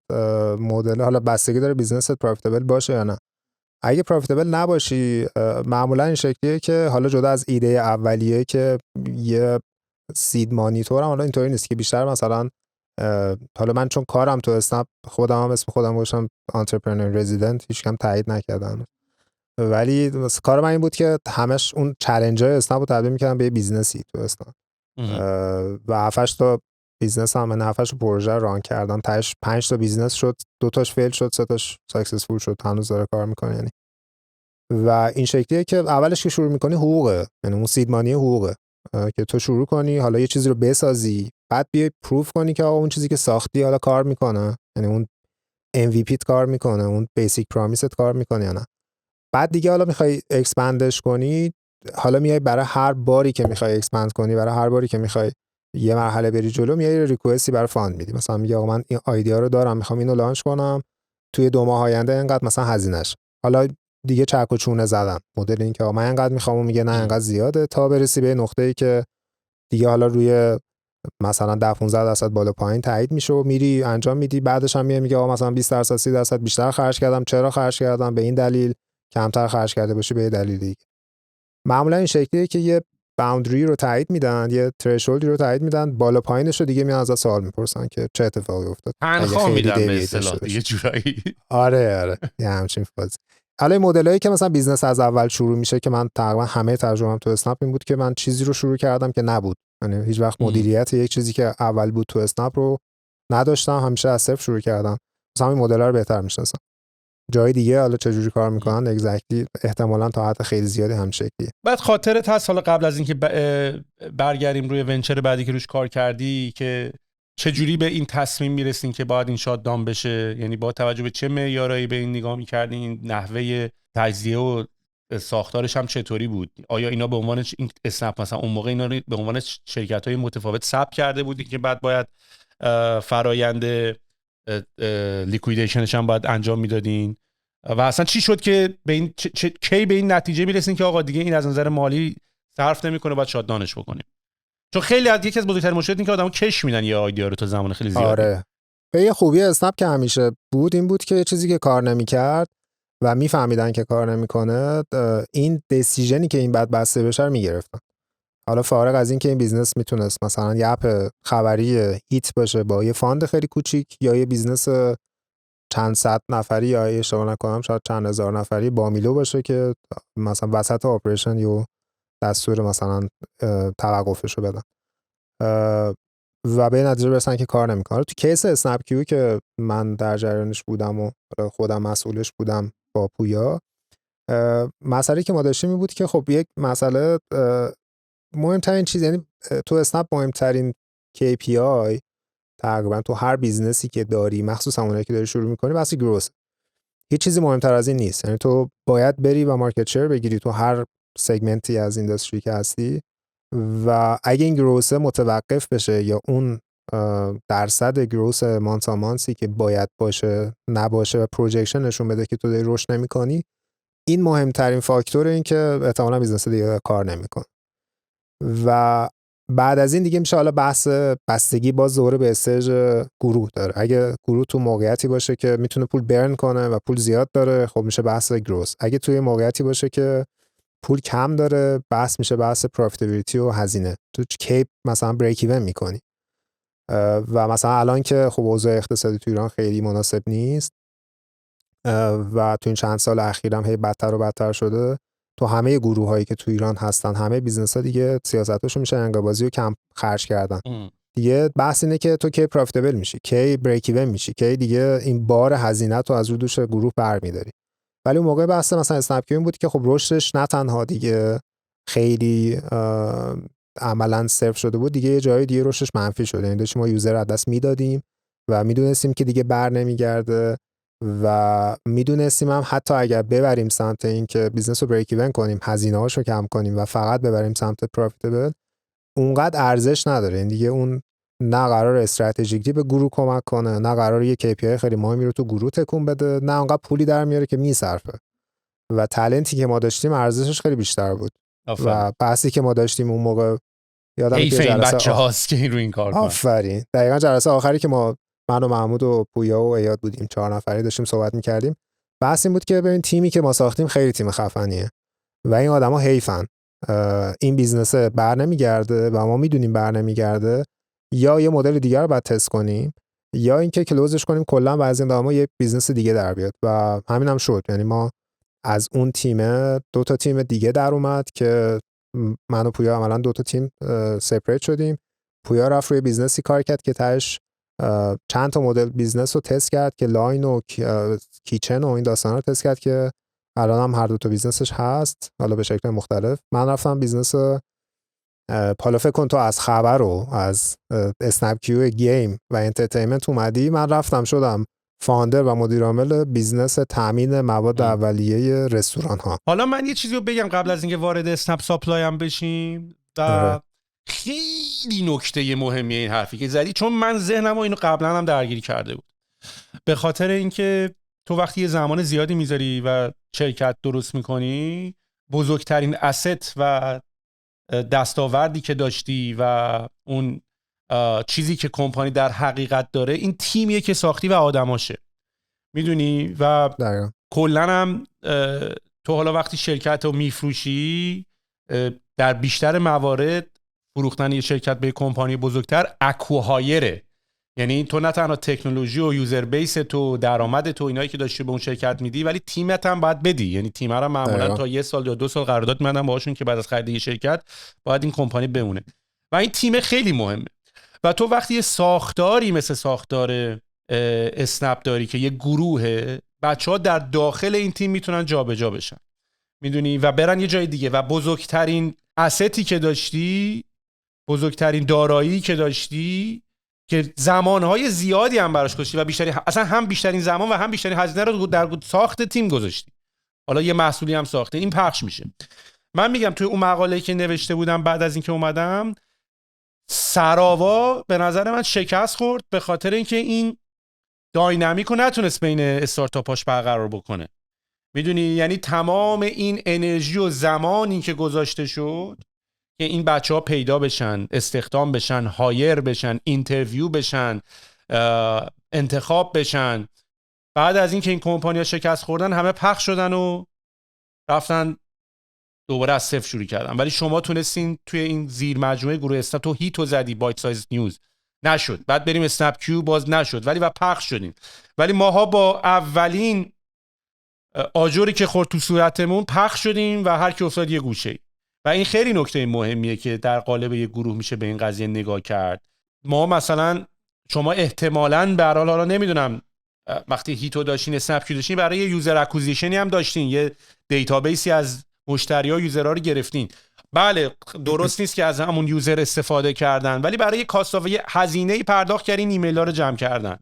میدونی ما بازی مشکل دیگه که داشتیم در قالب مثلا سراوا اینطوری بود که هر استارتاپ با پول یک سرمایه گذار ولی برای جذب همون مشتری داره هی پول میده. یعنی من اگه تو رو مثلا توی استارتاپ خودم داشتم و یه استارتاپ دیگه که سرمایه گذارش سراوا بوده، اونم باید دوره همون هزینه یوزر اکوزیشن رو میکرد. حداقل اگه قرار بود تقدیم نکنی که بره اسپمش کنه، ایمیل بهش بزنه، ولی نباید با اگه مثلا هزینه‌اش $2 بوده و حداقل اون باید $1 میداد. یعنی مجموعه سراوا نباید انقدر پول برای همون یوزر میداد، میدونی.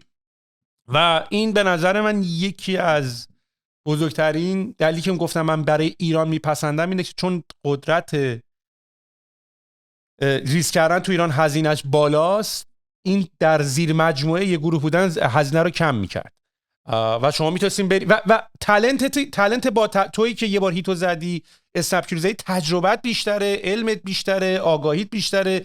الان تو خیلی آدم فیت تری هستی تا اینکه یه کمپانی فیل بشه بگم برو بابا این فاوندرش این کارو نبود خدافظ، که تو به اتفاق بریم رو مجموعه بعدی، رو زمان بعدی کار کنی. این بخشندگی که سیلیکون ولی داشت ما تو ایران نداشتیم. در تکمیل حرفت خیلی درست میگی. یعنی مدل اسنپ حالا از این طرف که میگی کار کرد نتیجهشه، از این طرف دیگه هم تجربه‌ای که من کردم تو اسنپ این بود که میگم بحث این بود که وقتی اون موقع یا لپتاپ بس گفت معدل چنده، بحث اینه که ببین چند تا چیز این وسط باید کار کنه. من با تو کلیک میخورم، با حال میکنم، با کار کنم، اسمارت ایناف هستی و اینکه حاضری به اندازه کافی زمان بذاری. این سه تا تیکو زد دیگه، اینطوری که ببین تا هر جا بری من ساپورتت میکنم، من میام باهات و به شرطی که تو واقعا جینیونلی کار کنی. و این فرهنگی که به ما منتقل میکرد به عنوان کسایی که فاوندر بودیم و ام دی، ما همینو منتقل میکردیم به آدمایی که داشتیم استخدام میکردیم. و این یکی از بزرگترین شاید مثلا سلز پیچایی بود که ما با آدمای تالنت میدادیم. یعنی اون موقع داستان این بود که وقتی مثلا ما یه تیم مثل اسنپ کیو، ساپلای جای دیگر می‌خواستیم بسازیم، این بود که خب بالاخره وقتی میخواد یه بیزنسی از نو ساخته شه، ریسک و ایناش اولا زیاده، باجت نداری، زمان خیلی کم داری، فشار بسیار زیاده و تو میخوای چیزی رو از نو بسازی. معنیش اینه که تو بهترین آدما رو پیدا کنی. حالا سوال اینه که این بهترین آدما با چه اینسنتیوی میان تو بیزنس تو کار کنن. و این خیلی چالش بزرگی من همیشه داشتم که آقا تو برای چی میای اینجا؟ تو آدمی که بخواد این چالش رو حل کنه، معلومه که براش یه موقعیت بهتر هست، حداقل یه جایی هستش که سیف تره. و یه چیزی که ما داشتیم اون موقع این بود که ببین اگه اینجا فیل شو، تو گروه تو آدم خفنی هستی، قطعا جا برات هست. من بالاخره جا برات پیدا میکنم. اینا دوستای منن. خیلی نکته چقدر ریسکو کم میکنه برای اینکه آدما به استارتاپ جوین بشن. ما اتفاقا چالش استارتاپ آدم پیدا کردن داشتیم که داداش شما استارتاپ این پس فرا نباشین من چیکار باید بکنم، ولی شما این ریسک هم کم کردین.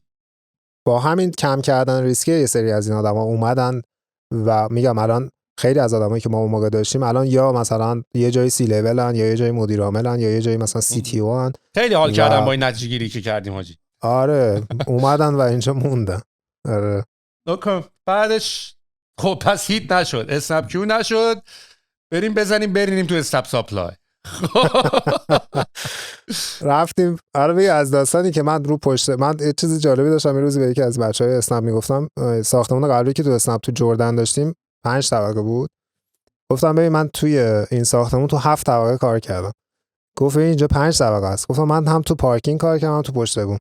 اسنپ کیو که استودیوش پشت بوم بود، اسنپ ساپلای که ما راه انداختیم یه جایی شد که من ایمیل زدم به همه گروه، گفتم ببخشید ما تا 2 ماه آینده پارکینگ هیچکی نداره و کل پارکینگ رو کردیم انبار پیاز سیب زمینی و مرغ و گوشت اسنپ ساپلای که به رستوران‌ها داشتیم جنس میدادیم.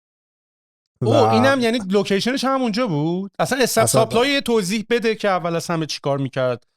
ببین اسنپ ساپلای اینطوری بود که ما حالا این تیکه از جرنیه که من وارد شدم بعد از اسنپ ساپلای اینطوری بود که خب ما 2 تا پیلار خیلی بزرگ اون موقع توی اسنپ داشتیم. حالا در کنارش چند تا بیزنس دیگه هم بودن. این 2 تا پیلار یکی بحث لوجستیک بود، یعنی یکیش به صورت کلی لوجستیکه. اسنپ یعنی کامپتیتیو ادوانتیجش لوجستیکه. حالا یه بحثش مسافر جابجا کردن، یه بحث دیگهش کالا جابجا کردن. تو بحث کالا جابجا کردن میشه بیزنس‌های مختلفی که حالا اسنپ فود میشه بزرگترینش و بعد حالا اسنپ مارکت و حالا بقیه بیزنس‌ها.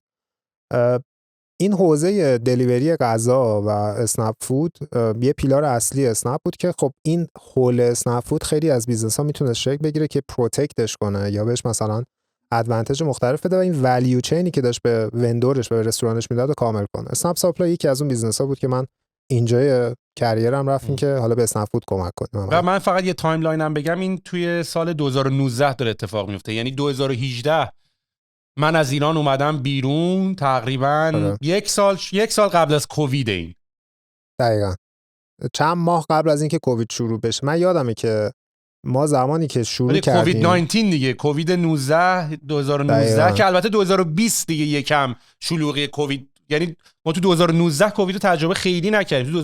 تو 2019 مشتری شماره 0 پیدا شد، پیشنت 0 کووید بود تو 2020 دیگه فراگیر شد. دقیقاً ما آیدیای اسنپ ساپلای از یه مدتی که شروع شد و تحقیقات شروع شد که ما چیکار میتونیم بکنیم، مدلاش و ریسرچ و تیم آپ کردن و این داستانا شروع شد و آیدیا این بود که مدلی که توی دنیا داشت اون موقع ترند میشد یه مدلی به اسم رکی بود، REKKI اشتباه نکنم، توی لندن شروع شده بود.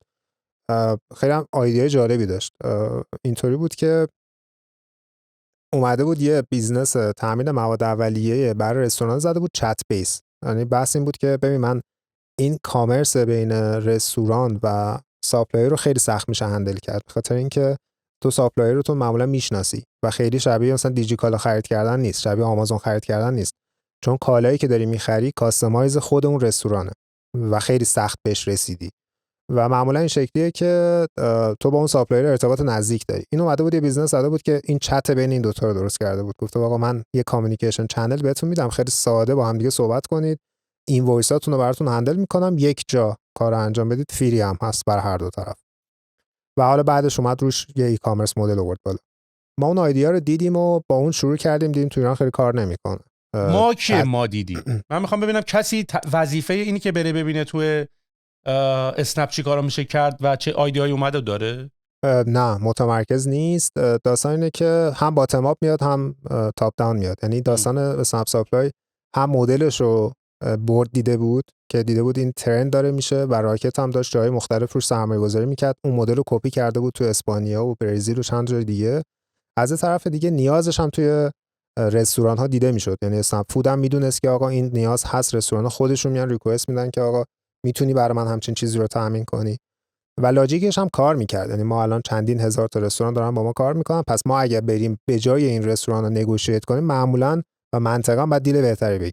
اگه این دیل بهتر رو بگیریم و پخش کنیم بین رستوران ها، خب اونا هم احتمالاً میتونن یه بنفیت بهتری تو پرایس حداقل ببرن و ما با توجه به لوجستیک و داستانی که تو اسنپ هست یا حتی مدل پیمنتی که ما میتونیم براشون فسیلیتیت کنیم، مثلا داستان میتونه براشون یه ادوانتجی درست کنه. از اون طرف هم خب یه بیزنسیه که ترنوورش میتونه خیلی بزرگ بشه توی این بازار. این از دو طرف میاد، یعنی هم این مدل حالا حداقل اسنپ ساپلای پر دو طرف میدونستن، یعنی هم بورد اسنپ فود میخواست، هم بورد اسنپ اون تیکه آرندیش و اینویشنش میدونست که این بیزنس مدل رو میتونه روش اجرا کنه.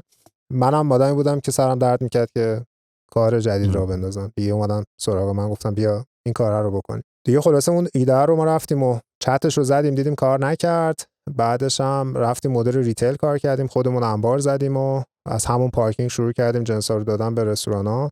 بعد دیدیم انبار کار میکنه، رفتیم انبار گرفتیم، ماشین گرفتیم، یخچال گرفتیم و دیگه کم کم بزرگش کردیم و به یه تیم تقریبا فکر کنم موقعی که من دیگه اسنپ سپلای رو دادم به تیم بعدی حدود 70-80 نفر 100 نفر $700,000 هم داشت میفروخت ماهانه و الان هم که این بیزنس بزرگتر و بزرگتر شده ماشاءالله. خب یعنی یعنی شما به واسطه این که اسنپ فود اون موقع داشتین، فلیتو داشتین، گفتین که خب یه مواد اولیه رستوران هم حالا احتمالاً مثل گوشت و مرغ و برنج و نمیدونم این چیزا رو به عنوان فروش هولسیل، یعنی فروش عمده، چون اینا که نمیدونن از مغازه از سوپر بخرن که باید عمده برن بخرن دیگه.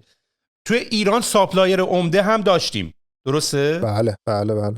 شما خیلی بازار فرگمنتد، خیلی لوکالی هنوزم هست. آره هنوزم هست. اتفاقا خیلی جالبه که بگم من یه چند تا پیچ، حالا خیلی جالبه، این طبقه 16 من تبدیل شده به دیل فلویه که من میگیرم، ملت پیچاشونو میفرستن و ایمیل میزنن که آقا اینو یه نگاهی بکنه که این دد پیکسل هم واسه همین من رفتم تو فکر شروع کردم درست کردن. حالا بیشتر بعدم باید راجع به اون صحبت بکنم، الان وقتش نیست. ولی خیلی از این داستانا یکی از پیچا این بود که ما الان کاسکوتور تو ایران، کاسکو یه جای اینجا ما داریم، به جایی که تو میتونی بری مثلا مثل هایپر مارکته ولی خیلی همه جنسا رو مثلا عمده میفروشن، یه جای خیلی بزرگ مگا مارکت در حقیقت، ولی مثلا چیپس میخری اینقدر مثلا دبه ماست میخری مثلا و قیمت ها خیلی خیلی پایین تره به جایی که مثلا بری چیز بخری، بری از مغازه یعنی بری ریتیل بخری خیلی گرونتر و کمتر میگیری. و این اومده بود میگفت آقا ما تو ایران همچنان مثل دیجی کالای عمده فروشی نداریم. میدونی که نمیدونم نداریم یا نه. یکم جالبه مثلا من بعضی موقع تو ایران و تو این اسکیل میبینم برای یک کشور 80 میلیون نفری یه سری از بیزنس، یه سری از پروسه ها دیگه بیزنس آیدیا نیست. اینجوری هم تا الان چجوری داشت کار میکرد. نمونهش تو همون رستوران مثلا ما حسابدارمون تو ریحون، ما با رستورانا که میخواستیم تصفیه حساب بکنیم میگفتش که آقا تمام اینا وقتی دریافت میکنن پولاشونو باید امضا کنن، اون رسید امضا شده کاغذی رو من میخوام. من اینجوری که مرد مومن یارو یکی با هر هفته داریم ما اینو تصحیح حساب میکنیم، یکی شیرازه، یکی اصفهانه، یکی اینجا، چجوری من بردار دونه دونه بگم پست کنم برام چیکار کنم؟ گفت آقا نه نمیشه، اینا پرونده باشه، این پرونده ها رو بعد اصلا یه فضا میخواست حسابدار ما، میگفت من اینا رو باید کاغذا رو باید بکنم تو این فولدرها بچینم اینجا. من اینجوری داشت اذیتم نکن، اکسلی میگفت نه اینجا اینطوریه. بعد من برام سوال شده بود که پس مثلا یه پتروشیمی که مثلا این همه آدم مثلا داره در اقصا نقاط کشور، فولاد، استیل، اینا دونه دونه امضا میکنن هی پس میفرستن، میگم آره همینطوریه. و من یکم اصلا واقعا برام بعد نمیتونستم، یعنی من گفتم حتما یه جای کار میلنگه. میدونی اصلا تو داری اشتباه میکنی، مگه میشه کشور اینطوری بچرخه؟ که عملا کشور انگار داشته اینطوری میچرخیده. و الان هم توی اسنپ ساپلای پس ما یه فضایی توی اون بازه زمانی نداشتیم. پس این رستوران از کجا خرید می‌کردن؟ میرفتن خودشون تک تک یه وارد کننده برنجی پیدا می‌کرده، یه وارد کننده چیزی پیدا می‌کرد، میرفت دونه دونه اینا خودش خرید می‌کرده جای و بعد با اینا هر بار صحبت می‌کرد و بحث می‌کرد که اولین بار شما ایده‌تون این بود که فقط یه راه حل ارتباطی بین اینا برقرار بکنین. یکم باز می‌کنی این مشکل چه بود؟ ببین اولا که نکته جالب این بود که ریکی که داشت توی اروپا و انگلیس شروع می‌کرد، چون مدلش این بود نشون میداد که اونجا هم همین شکلیه. تو ایران هم اینطوری بود. نکتهش این بود که مسئله این بود که رستوران یه مشکلی داره. مشکلش اینه که اولا که خیلی اسکیو زیاد نداره، خریدش تعداد اسکیوش پایینه. از این طرف دیگه مثلا به نسبت سوپرمارکت‌ها تو ایران اینا دنسیتیشون توی منطقه کمتره. مثلا همون اون شبکه توزیع و ساپلای که برای سوپرمارکت ساخته شد تو ایران برای رستوران اونقدر کار نمیکرد، چون نمیتونستن اون فیلیتو اینقدر یوتیلایز کنن که بره تو خیابون و برای رستورانا جنس بده و یه کامیون پاشه مثلا یه دونه ایسوزو شروع کنه به جنس فروختن. سر همین داستان خیلی برندهای بزرگی که تو ایران شکل گرفتن جنس رستورانی اونقدر نداشتن. مثلا کاله و گلرنگ و برندهایی که دیگه خیلی مگا برندن اینا داشتن و داشتن حالا چند تا از محصولاتشون مثلا پنیر پیتزا و اینا رو داشتن به رستوران‌ها توی همون فلیت خودشون تامین این پخش مویرگی جنسای رستوران‌ها بود. اوکی. دقیقاً. این پخش مویرگی اونقدر ساختارمند تو ایران ساخته نشد و به این دلیل یعنی خیلی دنسیتی رستوران کمتر بود. تو تهران مثلا خیلی سخت‌تر بود این داستان.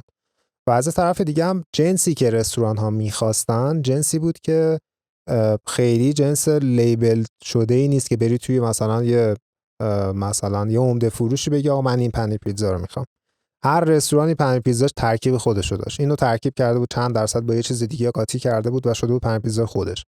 مثلا همون خیلی این شکلی نبود که این پاشه بره یه برنج خاص رو بخره. یعنی من یادم ما برنجمون رو که شروع کردیم یه لاینی تو برنج رو انداختیم با لیبل خود اسنپ ساپلای.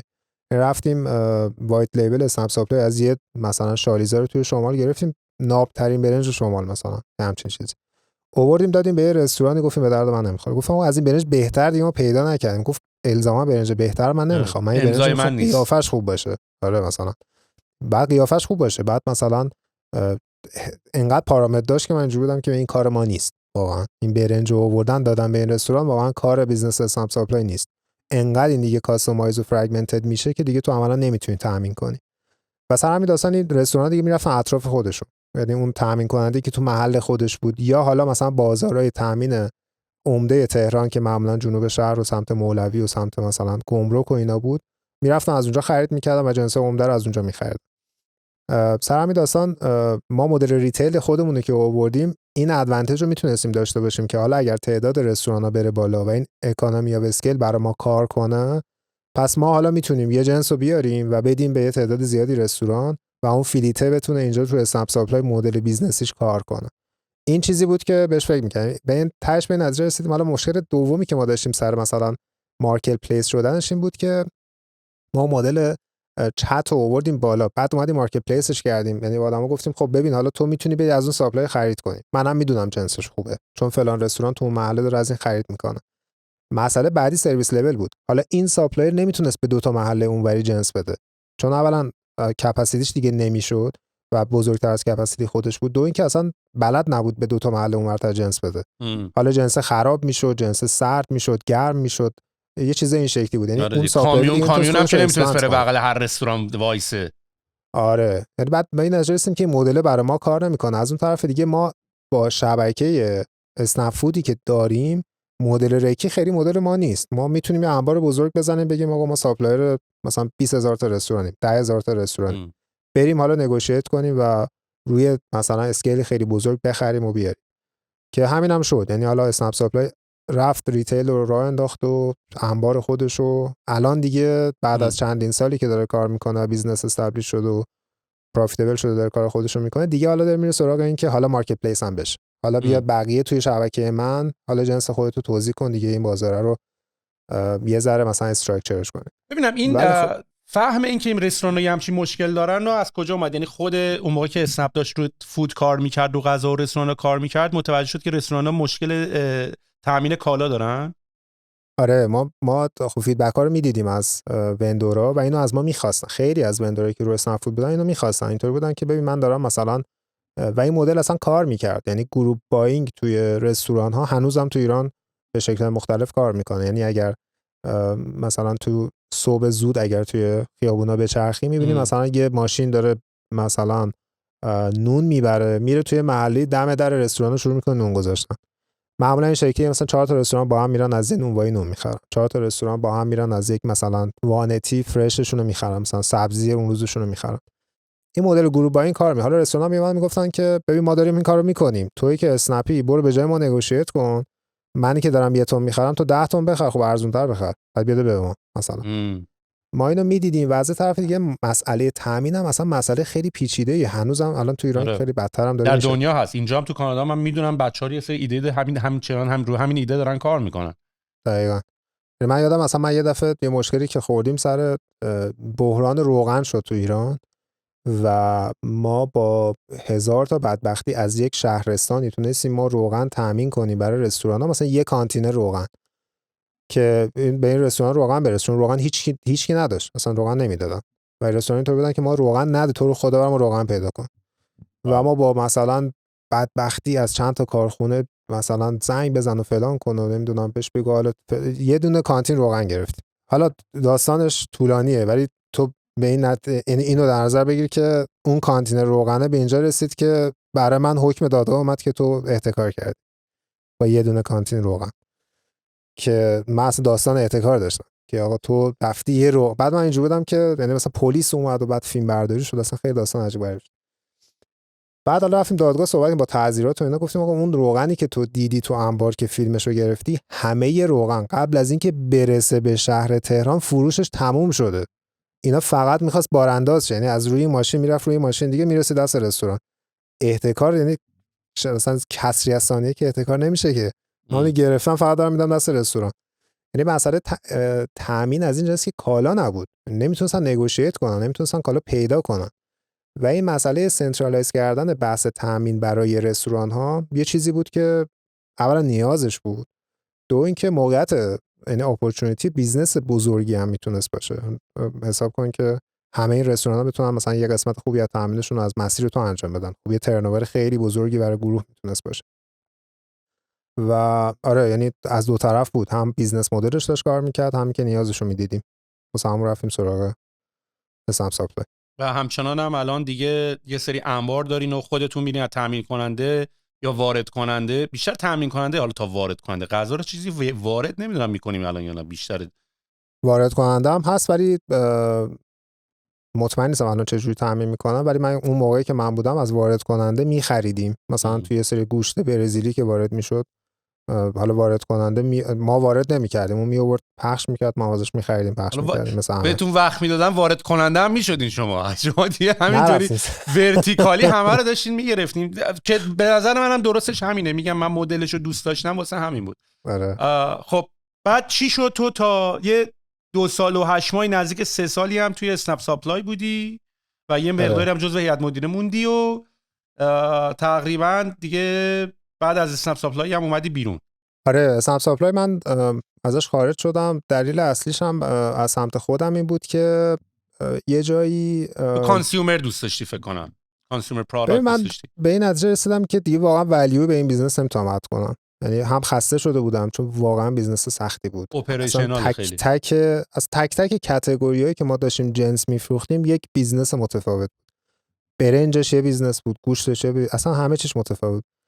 و انقدر این چالش بزرگ شده بود و پیچیدگی زیاد داشت، من واقعا دیگه اینطوری بودم که من نمیتونم به این بیزنس ولیو اد کنم. ببین نمیشد با هایپر مارکت ها و اینا کار کرد به جای که انبار خود، یعنی اونا بخش انبار رو نمیتونستن بازی کنن. چرا همین کارم کردیم. مثلا تو بعضی از جنس ها مثلا گوشت، یادمه به خاطر مسئله انبارش گوشت و مرغ که حالا سردخونه می‌خواست و رفت آمدش باعث می‌شد کیفیت کم بشه، ما این مدل رو کار می‌کردیم. یعنی باز خود این مدل هم هایبرید بود. یه سری مدل بود که مثلا می اومدن تو انبار ما از اونجا پخش می‌کردیم، یه سری مدل بود که ما می‌خریدیم، اونا تا یه جایی می آوردن، مثلا تا یه هابی بعد ما از اون هاب پخش می‌کردیم. مدل دیگه این بود که مستقیما از همون ساپلایر خرید می‌کردم، ما ارسال می‌کردیم، یا اصلا خرید می‌کردن خودش ارسال می‌کرد. یعنی همین 4-5 مدل در حقیقت بیشتر از اینکه ساپلایر باشین پخش بودین که ولی نیاز داشتین یه سری دپو داشته باشین. دقیقاً. و بازارش هم میگم اصلا این بازار فرگمنتد داستان این بود که مثلا ما داشتیم با یه سری ساپلایر می‌جنگیدیم که جنگشون یعنی بیزنس مدلشون کش فلو بود، بیزنس مدلشون پروفیت نبود. اینا مثلا میرفتن حجم خیلی بالا جنس می‌خریدن و با کش فلوشون میرفتن ماشین می‌خریدن، میرفتن مثلا زمین می‌خریدن و از اونجا پول در می‌آوردن و جنس رو مثلا با کمترین مثلا پروفیت مارجین می‌فروختن و ما نمیتونستیم باشون رقابت کنیم.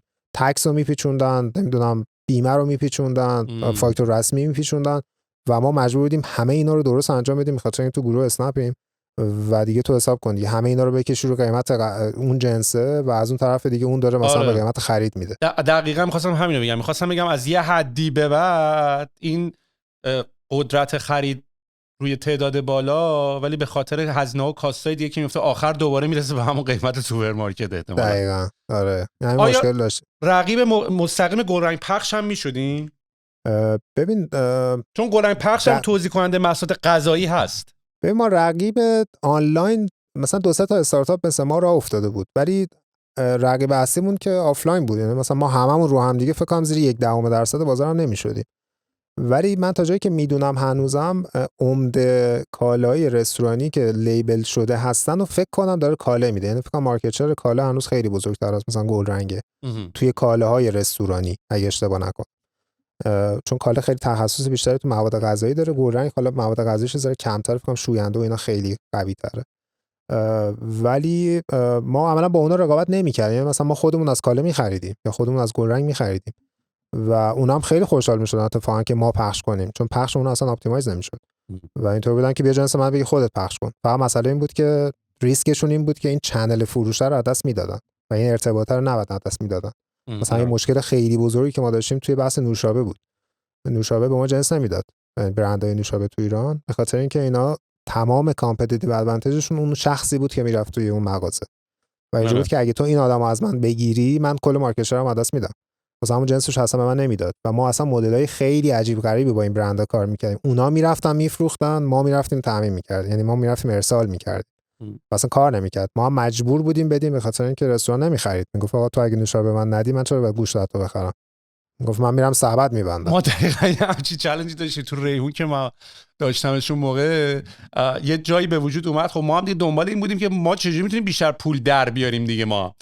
و بعد شروع کردیم، بزرگترین بحثی شده بود که اون وقت خب تو مثلا اینجا تو اینجا هم داریم دیگه، تو رستوران‌ها اینجا هم داریم که تو مثلا از رستوران که مثلا داری آنلاین غذا سفارش میدی، ولی اون قسمتی که میری مثلا نوشیدنی سفارش میدی بین پپسی و کوکاکولا همیشه کل بوده دیگه. بعضی از رستوران‌ها فقط کوکاکولا دارن، بعضی از رستوران‌ها فقط پپسی دارن. کمتر پیش میاد، یا اصلا من دیگه الان که نمیبینم که یک رستورانی جفتشو داشته باشه که بتونی بگی من اینو میخوام یا اونو میخوام.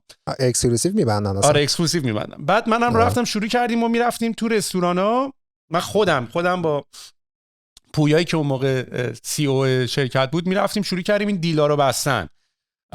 که آقا تو مثلا بیا کوکاکولا من تو سبد خریدم فقط ریحون میفرسته، من میتونم اپتیمایز کنم کی تو میفرستی و این داستانا. حتی یه جایی فهمیدیم که پپسی تو ایران pepsi.ir دومینش ثبت نشد، یعنی ثبت شده بود، یه نفری به ما فرستاد که آقا من دومین pepsi.ir رو دارم اگه میخری بردار. من حاجی خریدم، فکر کنم مثلا چقدر 10-15 میلیون خریدم و پپسی داتایا رو یه مدتی دست من بود، از نیک داتایار گرفته بودیمش. نمیدونم چی شد، چند وقت بعدش یه ایمیل اومد به ما، ایمیل از یه شرکت خارجی کپی رایتینگ بود چی بود و این داستانا، قشنگ یه ایمیل آفیشیالی که این پپسی داتایار تو نمیتونه بانداش مال تو باشه، مال من باشه، اینو انتقال بده به ما. اون موقع هم یادت باشه بحث دومین رجیستر کردن و فروختنش در دنیا باب بود. آقا دومین رو هر کی زودتر گرفت مال توی، بعدش باید بدی بره. یعنی اصلا همیشه همین کارو میکردن، یا دومین می‌خرید $10 یا میفروخت $10 میلیون تو دنیا، مثلا printer.com و نمیدونم این داستان. ما هم رو همین حساب و اینا یه ایمیل لاتی زدیم که اصلا همون ایمیل باعث دردسر افتادن منم شد که تو اون ایمیل من نوشتم که آقا این دومین رو من خریدم و اینا، اگه دوست داری بخر، من دومینو که بهت نمیدم که، هزینه کردم خودم رفتم یکی دیگه خریدم، نمیتونم مجانی که نمیتونم بهت بدم، حداقل به یه پولی بده ماشین بخرش و اینا.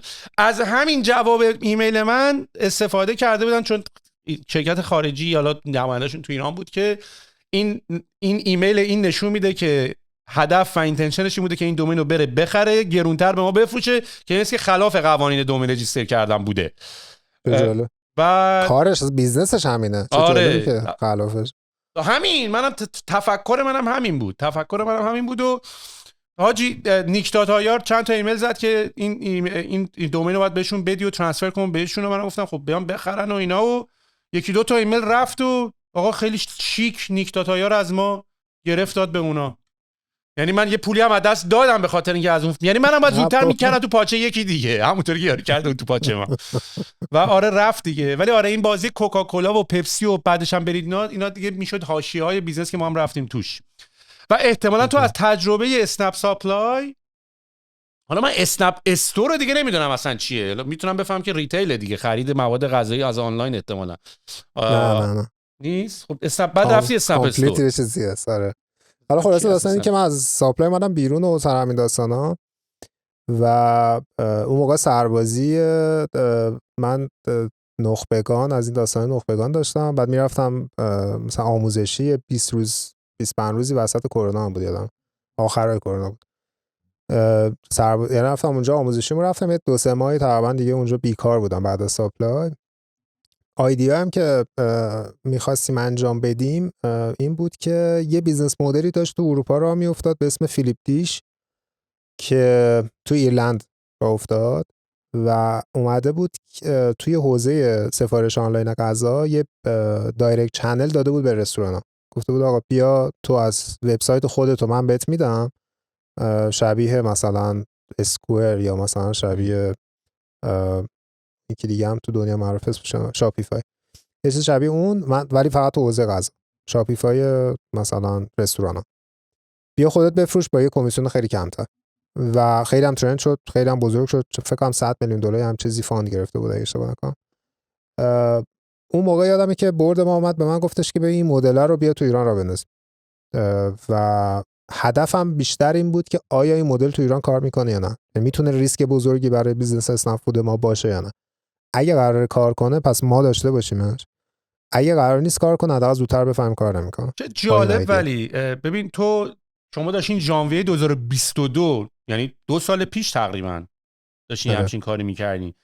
ما همه این مثلا این همه این مشکلایی که تو داری الان صحبت میکنی و من 2016 داشتم میکردم. مثلا ما یه کاری که کرده بودیم ما خودمون اگه حالا شما کارتون یکم هم خدای راحت‌تر بود به هر حال توی به خاطر اینکه بابا ما داشتیم ما تازه بعد رستوران رو به اینترنت وصل می‌کردیم. مشکلات تیپ زمان ما اینا بود، میدونی، یعنی یک دلیلی که مثلا شاید ما یه مقداری خیلی ما درگیر حاشیه بودیم، تازه باید مشتری رو رستوران رو وصل می‌کردی به اینترنت، آموزش بدی چجوری اوردر بگیره، بعد وصلش کنی به اینترنت. میدونم سیم وصل باشه کامپیوتر یارو که تبلت بعد می‌رفتیم می‌خریدیم از چین، تبلت می‌خریدیم اندروید می‌کردیم، اپمون رو می‌ذاشتیم روش میدادیم به اونا. یعنی ما خیلی هزینه زیر ساخت درست کردن و همه هزینه‌شو ما دادیم، شما حالشو بردین. مثلا اینطوری بهت بگم. و اتفاقی که افتاد این بود که ما خودمون خب به هر حال یکی از بزرگترین راههایی که ما میتونستیم ترافیک بگیریم به ریحون این بود که یارو اسم رستوران رو سرچ میکرد دیگه و با سرچ کردن اسم رستوران ما بتونیم ترافیک رو با SEO بکشیم تو سمت خودمون.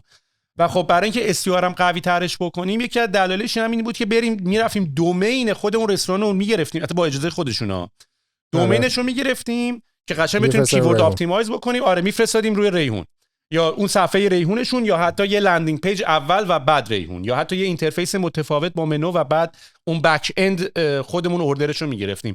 خیلی از رستوران‌ها چند تاشون این کارو کرده بودیم، دقیقاً همین کاری که شما، یعنی داشتیم وبسایتشون رو بهشون میدادیم، اینترفیس خودشون رو بهشون میدادیم، ولی میگفتیم بک آفیس و بک اند ریحونه که داره هندل میکنه اوردرها و اینا رو میبره اونور داستانا. و ما هم دقیقاً توی همین تفاوتش برای ما این بود که ما اینو رو اسنپ فود نمیفرستادیم، ما کلا بهش یه چیز جدا دادیم. آره ولی خب احتمالاً ولی خب یعنی کلا هم دو اوردر گرفتن و ولی خب احتمالاً باید یه شیر اینفراستراکچری باید می‌داشتین دیگه. متوجه صحبتت هستم. کاملا مستقل. خب پس یعنی اسنپ استور نرم افزار جامع مدیریت سفارش‌های کافه و رستورانه. یعنی این الان این شده. اون موقع با این ایده را افتاد که ما دایرکت چنل بدیم به رستورانا. رفتیم تو دلش هم رفتیم بزرگش هم کردیم، مثلا نه اون کار نمی‌کرد به نظر من. اون موقع ما به نتیجه رسیدیم که برای رستورانا خیلی چیز اهدافتایی بود. نمیتونستن استفاده کنن. این رستوران اینجوری بود که مارکتینگ خب اینجوری بود که آقا من چرا دارم کمیسیون میدم به اسنپ؟ میگفتن خب بیا این وبسایت خودت کمیسیون 0. ببینم میتونی اوردر بگیری روش. چون تو بعد مارکتینگ بلد باشی، نمیدونم مثلا تکش کامیشنشون رو بیاری پایین. گفت اگه ترافیک از سمت سایت تو اومد من کامیشن کمتر ازت میگیرم که هزینه دیستریبیوشن، هزینه مارکتینگ رو من تو گرفتی، عملا تو دادی. آخه این داستان هم بود دیگه، رستورانا اوردرها رو از ماها میگرفتن، بعد خودشون جدا SMS میزدن به مشتری، خودشون جدا به یارو از ریحون سفارش ندید داداش. آخه این همین دیگه بعد اینجوری بودن که فقط مثلا انگار که این چیزی که داره مثلا ریحون و اسنپ فود میده یه وبسایته و این فقط این نیست. آره پشت این داستانه که تو نمیبینی که چه جوری این داره کار میکنه. حالا خودت بری پشت رول بشینی میفهمی که به این راحتی هم کار نمیکنه. خلاصه که این کار نکرد، ولی چیزی که ما فهمیدیم این وسط این بود که اینا یه نرم افزار درست درمون ثبت سفارش و مدیریت رستوران ندارن. چیزی که تو بازار هست یه نرم افزار ما 20 سال پیش تکش قدیمی سپیدز حامی وبسایت این شکلی ان که حالا خیلی بهتر شدن الان. اون موقعی که ما داشتیم کار میکردیم خب خیلی قدیمی بود، اصلا تکنولوژی مثلا چند تا جنریشن عقب و ما هم خیلی کار می‌خواستیم بکنیم که نمیشد کار کرد. یعنی مثلا ما یه ایده‌ای که لانچ کردیم رو همین این ایده کار نکرد، بعد گفتیم خب ما این زیرساخت اوردرینگ رو داریم، زیرساخت وبسایت رو داریم. یه ایده دیگه که داشت دوباره تو دنیا کار میکرد اسمش sunday.com بود توی فرانسه و بزرگ شد، رفت توی آمریکا هم فکر کنم اومد، بعدش هم توی دبی کلاب را افتاد و الان خیلی بیزنس بزرگیه، چند صد میلیون دلار فاند گرفته. من حتی می‌خواستم کانادا بیارم سوال کنم، حالا اونم اگه بشستیم صحبت کنیم. ما این اومدیم تو ایران راه انداختیم، این QR کد دادیم به رستوران، گفتیم ما زیرساختو داریم، حالا بیا سر میز اوردرینگ و پیمنت رو ما هندل کنیم. و اینم تا یه حدی بزرگ شد، ولی خب چالش داشتیم. یعنی مسئله این بود که اوردرینگ و پیمنت کار نمی‌کرد، چون فقط بر رستوران خیلی بزرگ می بود که هدفش این بود، یعنی اینسنتیوایز این سیستم برای اون این بود که استافش رو کم کنه. و خب خیلی رستوران کمی تو ایران هست که مثلا 50 تا سیت داشته باشه، بگه من اینجا رو بخوام مثلا با استاف خیلی کمی هندل کنم. مدلی که داشت تو دنیا کار میکرد QR پی بود، QR اوردر نبود. این پیمنت رو داشتن فسیلیتیت میکرد. پیمنت هم تو ایران خیلی، چون پیمنت تو ایران فریه عملا زیر ساختش برای رستوران، خب کار نمیکرد. یعنی ما اونجا داشتن 2-3% پول میگرفتن، ما اینجا با صفر میگرفتیم و منطقا کار نمیکرد. ما به این سم با هم رفتیم، یعنی ما اینجوری بودیم که آقا همین منوی، چون ما یه هزینه خیلی زیادی کرده بودیم. من فاز اون موقع اینطوری گرفته بودم، اون موقع برای اینکه مثلا بخوای سفارش آنلاین غذا رو برای مشتری آدما یادشون نمیاد، بابا کسی اصلا فکر نمی‌کرد از اینترنت غذا سفارش بده یا از آنلاین سفارش غذا بده. برای اینکه اینو جذاب‌ترش بکنیم ما عکاس خودمون رو میفرستادیم، کل غذای رستوران هم سفارش میدادی. هنوز ما این کارو تو اسنپفود می‌کنیم. آره من کل منو تو سفارش میدم، بده عکس بگیریم، میدونی. یعنی خیلی هزینه‌های بالای اپریشنال زیاد بود. و بعد که این منو رو داشتیم و این منو اینقدر قشنگ بود، عکس دار بود، اینطوری بودیم که خب من تو رستورانم که بود، یعنی ما این روند رو می‌دیدیم که تو رستوران همین الان اینجا هم هست دیگه، دیدی میری رستوران عکس اگه ندید منوشو ببین، مثلا این منو ایتالیایی که هیچ نمی‌فهمید دیگه، گوگل فوتوز عکسای اینو من ببینم چی می‌خوام سفارش بدم.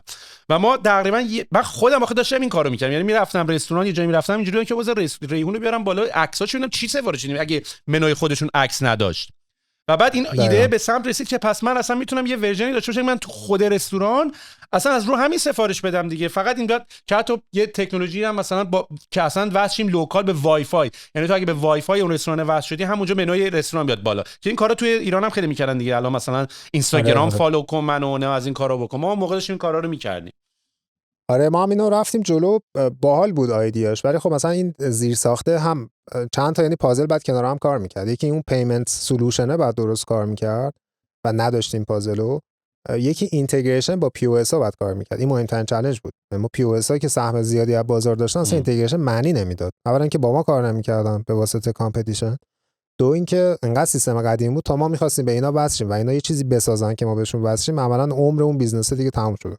آره و کلا هم خیلی سخت هم بود دیگه این وصل شدن به درگاه و مرگاه و اینا. اکسپریانس خرید آنلاین هنوزم نمیدونم هست یا نه، ولی خیلی هنوزم الان داره خیلی بهتر میشه. یعنی با اسنپ پی و نمیدونم دایرکت دبیت و روش‌های این شکلی خیلی باز بهتر شد، ولی اون موقع این نبود. یعنی اون موقعی که من شروع کردم و اونجا ما به نظر رسیدیم که خب این مدل کار نمیکنه، ولی باز دوباره به نظر رسیدیم که پی او اس یه چیزیه که میخوایم.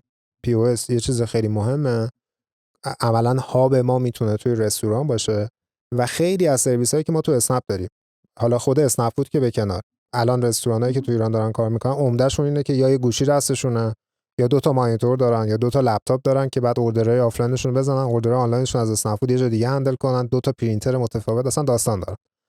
یه مسئله این بود. یه مسئله دیگه هم این بود که خب ما سرویس‌های دیگه داشتیم، اسنپ پی رو داشتیم، اسنپ باکس رو داشتیم، سرویس‌های سی آر ام داشتیم و خیلی چیزای دیگه تو اسنپ که میتونستیم به رستوران سرویس بدیم. بگیم آقا تو الان می‌خوای دلیور کنی، اسنپ فود بایکر نداری، اسنپ فود داره برای دلیور نمیکنه، خب اسنپ باکس هست، به ریکوست بده اسنپ باکس بیاد، به جای اینکه تو گوشی بری مثلا لوکیشن بزن.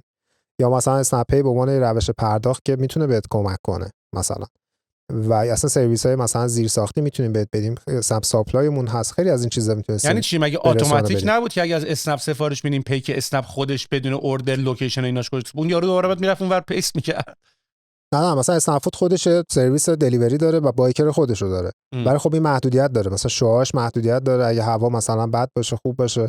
یه فیلیت دیگه به جز اسنپ فود داریم اسم اسنپ باکس که اونم در کنار این کار میگه، فیلیت دیگه است و میتونی مثلا تو بری تو اپ اسنپ یه بایکر از اسنپ باکس سفارش بدی بیاد مثلا غذای تو دلیور کنه، ولی خب معمولا گرونتر در میاد. ولی خب در شرایطی که مثلا تو بایکر نداشتی این سرویس میتونه خیلی کمک کنه، یا اصلا تو شهرستان میتونه این سرویس برات خیلی سرویس بهتری باشه، حتی با قیمت بالاتر یا کمتر، بعضا میتونه اپتیمایز تر باشه. بالاخره این سرویسی بود که خود اسنپ باکس داشت به رستوران پنل میداد، گفت بیا استفاده کن و ما میتونستیم اینا رو اینتگریت کنیم. از طرف دیگه هم جلوی کامپتیشن میتونست تا حدی بگیره، تا یه حدی، خیلی هم نه. همین که میتونستی استراتژیک لورجی باشه برای اسنپ فود عملا میتونست و این رقیب سپیدز میشد دقیقاً. ولی از طرف دیگه کلا این سرویس یعنی اصلا زیر ساخت چند جنریشن عقب‌تر مسئله اصلی بود کلا و ما هم اینو دیدیم، یعنی دیدیم که خب همچین چیزی میتونه باشه و شروع کردیم اسنپ استور رو راه انداختن، با این تفاوت که همه پی او اس های دیگه که تو مارکت داشتن کار میکردن و داشتن اون موقع سرویس میدادن به صورت آفلاین کار میکردن، لایسنس میفروختن، یه دونه فلش یا سی دی بهت میدادن، نصب میکردی شروع میکرد استفاده، حالا یه سریش به اینترنت وصل میشد یه سریش نه. ما اومدیم چالش رو تیک کردیم، گفتیم آقا کلا کلاود بیس، از اول کلاود بیس میایم راه میندازیم. هدف همین بود که ما باید یه چیزو خیلی سریع راه بندازیم و خیلی سریع بزرگش کنیم با هزینه خیلی کم. قرار نیست ما یه تیم خیلی بزرگی راه بندازیم، یه تک خیلی هیوج. یه اینیشیتیو هم تو اسنپ فود انجام شده بود واسه همچین کاری که فیل شد، نتونستن اینو هندل کنن، با همون روی کرده آفلاین رفتن. ما همه این تیم‌ها رو مرج کردیم، شد اسنپ استور رو شروع کردیم بیزنسی راه انداخت، یعنی سرویس اتوماسیون رستوران‌ها مثلا یا مثلا او اس رستوران راه انداخت. از فرآیند سفارشگیری تا گزارش‌های مالی رو یه جا مدیریت بکن. آره دیگه، حالا دیگه همه ماژولا بهش اضافه بشه دیگه، سی آر ام بهش اضافه بشه، انبارداری بهش اضافه شه، مدیریت پیکات بره، حالا دیگه اضافه کن دیگه. و بیزنسی هم که ما تارگت کردیم مثلا صرفاً یه اپلیکیشن نیست، یعنی داستان اینه که توست رو اگه بشناسی که توی آمریکا رقیب کلاب الان اون رو اد کلاب رو در میاره دیگه. نه اصلا توست بیزنسیه که الان فکر کنم والویشنش هولوش 30 میلیارد دلاره، یعنی تقریبا فکر کنم نصف یا مثلا اشتباه نکنم همچین اندازه از دوردشه. خیلی بیزنس بزرگیه، یعنی بیزنس پی او اس. حالا توی دنیا مسئلهش اینه که آخه توست برای چیزم هست، مثلا دیدی میری توی رستوران و بارای بزرگ و اینا میشینی، یعنی قشنگ اینی که تو بدونی مشتری کجا نشسته، کدوم میز، کدوم شماره، نقشه اون رستورانه که مثلا این میز شماره همه اینا رو داری. دقیقاً آره. یعنی ما اینطوریم که یه سرویس بهت میدم، تو همه رستوراناتو دیگه با این منیج کن. آها، تو پس فقط برای دریافت سفارشات آنلاین و اینا نبودی، حتی سفارشات داخل آفلاین. حضوری هم شما با اسنپ استور می‌خواستین هندل کنین. اصلا داستان اینه که سفارش آفلاین رو هندل می‌کنیم، سفارش اسنپ فود میاد تو اسنپ استور برای تو میشینه و تو میتونی با یه پنل همه سفارشاتو هندل کنی. و حالا دیگه همه ماژولای دیگه که تو نیاز داری دیگه آن تاپ این هی دلیور میشه. حالا من این که داری میگی، من کلابو تو دبی دیدم، خیلی حال کردم و زمانی بود که آخه کلابم، یعنی من همون زمانی که تقریبا اول امسال دبی بودم میدیدم پیشرفت کلابو، یعنی یه رستوران میرفتم ساپورت کلاب نمیکرد، هفته بعد میرفتم کلاب ساپورت میکرد، یعنی داشتم گسترش کلابو میدیدم که همین بچهای ایاد و اینا هم اونو مثلا درست 20 میلیون هم فکر کنم جدیدن دوباره ریس کردن و عدد بزرگی اونا هم واقعا سمت پی او اس دیگه. آره و واقعا جذاب بود، یعنی مثلا سیستم اینجوری بود که ما میشستیم تو رستوران، منوی رستوران رو میدیدی، همونجا میتونستی سفارش بدی، همونجا میتونستی پرداخت کنی، همونجا میتونستی اسپلیت پیمنت هم بکنی، یعنی میگی آقا هر کی سهم خودش رو بده، حتی آپشن این که 20% شده بوده 10% شده بده، یا من اصلا اینا رو من میدم، این خریدار مال منه. خیلی خیلی راحت کرده بودیم بازی رو، یعنی اون آکوارد کانورسیشن این که نه بذار من بدم، یعنی مثلا ما بچا دو دیگه میرفتیم دیگه این بحث این که بذار مهمون من باشی و اینا، چون همیشه پرداخت به خاطر پیچیدگیاش میگه آقا بذار من بدم، میدونی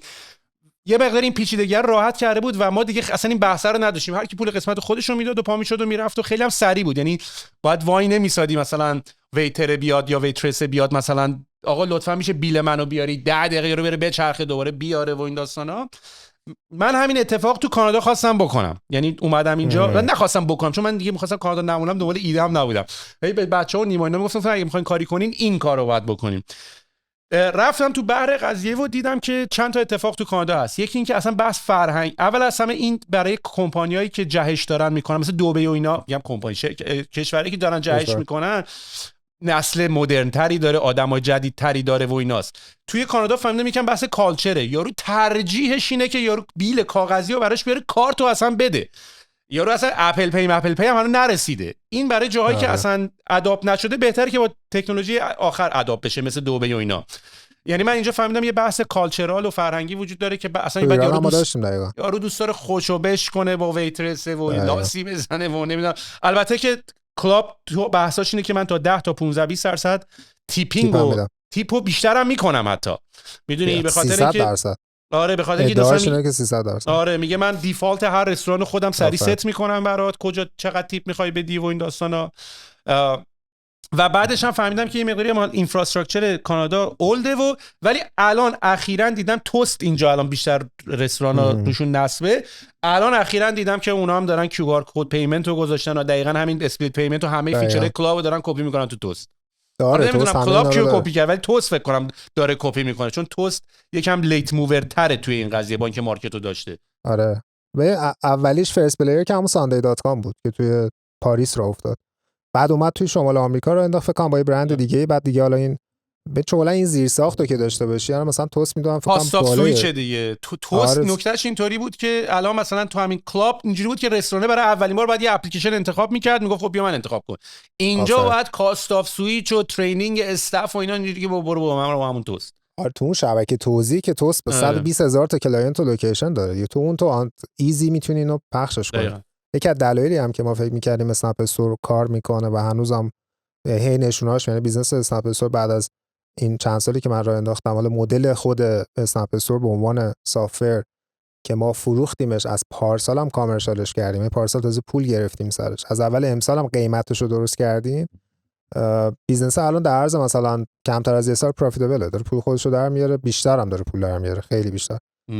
و نشون میده که بازار تشنه است، یه چیز این شکلی میخواد. حالا چالنجاشو یه پادکست میخواد در مورد چالنجاش صحبت کرد. آره لاکین هم دارید میکنید دیگه، یعنی وقتی انقدر سرویس دارین یعنی اسنپ استور هست، اسنپ سابلای هست، خود اسنپ فود هست دیگه، لاکین دارید میکنید، یه جوری دارید مونوپولش میکنین دیگه. ببین داستان اینه که حالا یه بحثش اینه که حالا ما سرویس رو داریم میدیم و اونم انتخاب میکنه میخره، و ما هم هدفمون همیشه تو اسنپ اینه که سرویس رو بدیم که خودش بتونه پروفیتابل شه. معنیش هم اینه که به اندازه‌ای خوبه که براش پول میدن و میتونه پول خودش رو در میاره.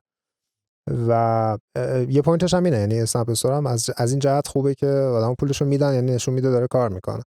ولی خیلی داستانی که این زیر ساخت رستوران ها به صورت کلی چند جنریشن عقبه. یه چیز جالبی که من توی فکر کنم یکی از تحلیل‌های توست خوندم، یه سوال خیلی بزرگ اینه چرا این بیزنس انقدر والیویشنش بزرگه. خیلی عجیبه، مخصوصا موقعی که آی پی او شد. یه چیزی که خود توست داشت میگفت و خیلی جالب بود این بود که میگفت مثلا من میتونم این پنتریشن مارکتمو چند برابر کنم، مثلا 10 برابر کنم، هنوز انقدر لوکیشن دیگه هست. از یه طرف دیگه اینداستری اوریجی که دارن سر اتوماسیون هزینه میکنن تو همه اینداستری غیر رستوران مثلا یه عدد حدود 3% از رونیو فکر کنم. میگفت تو رستوران یه عدد مثلا زیر 0.5%، حتی تو آمریکا. و میگفت یعنی من اگه بتونم 10 برابر بیشتر رستوران بگیرم، هر رستوران هم میتونه حدودا مثلا چند برابر بیشتر اتوماسیون کاست بده، پس من میتونم مارکت کپ هم انقدر بزرگ شه. واسه همونه که بیزنس‌های پی او اس مثل این، مثل فودیکس، مثل خیلی بیزنس‌های دیگه که الان تو دنیا هستن خیلی والیویشن بزرگی دارن، چون خیلی پول در میارن و میره میشینه روی ترانزکشن، میره میشینه روی پیمنت. و اصلا کلا این پی او اس سیستما الان مینی بانکن، یعنی خود توست 80% درآمدش از فاینانشیالش و داره ترانزکشن فی و از لون پول در میاره. از لونش هم خیلی سود زیاد، چون همه ی ترانزکشن رستوران در اختیارشه، کردیت سنجی خیلی دقیق میکنه و لون میده و خودش هم الان شده مینی بانک. سر همین داستان این بیزنس‌ها میتونن خیلی بزرگ شن، سافر از سرویس هم پول خوبی در میاره در نهایت.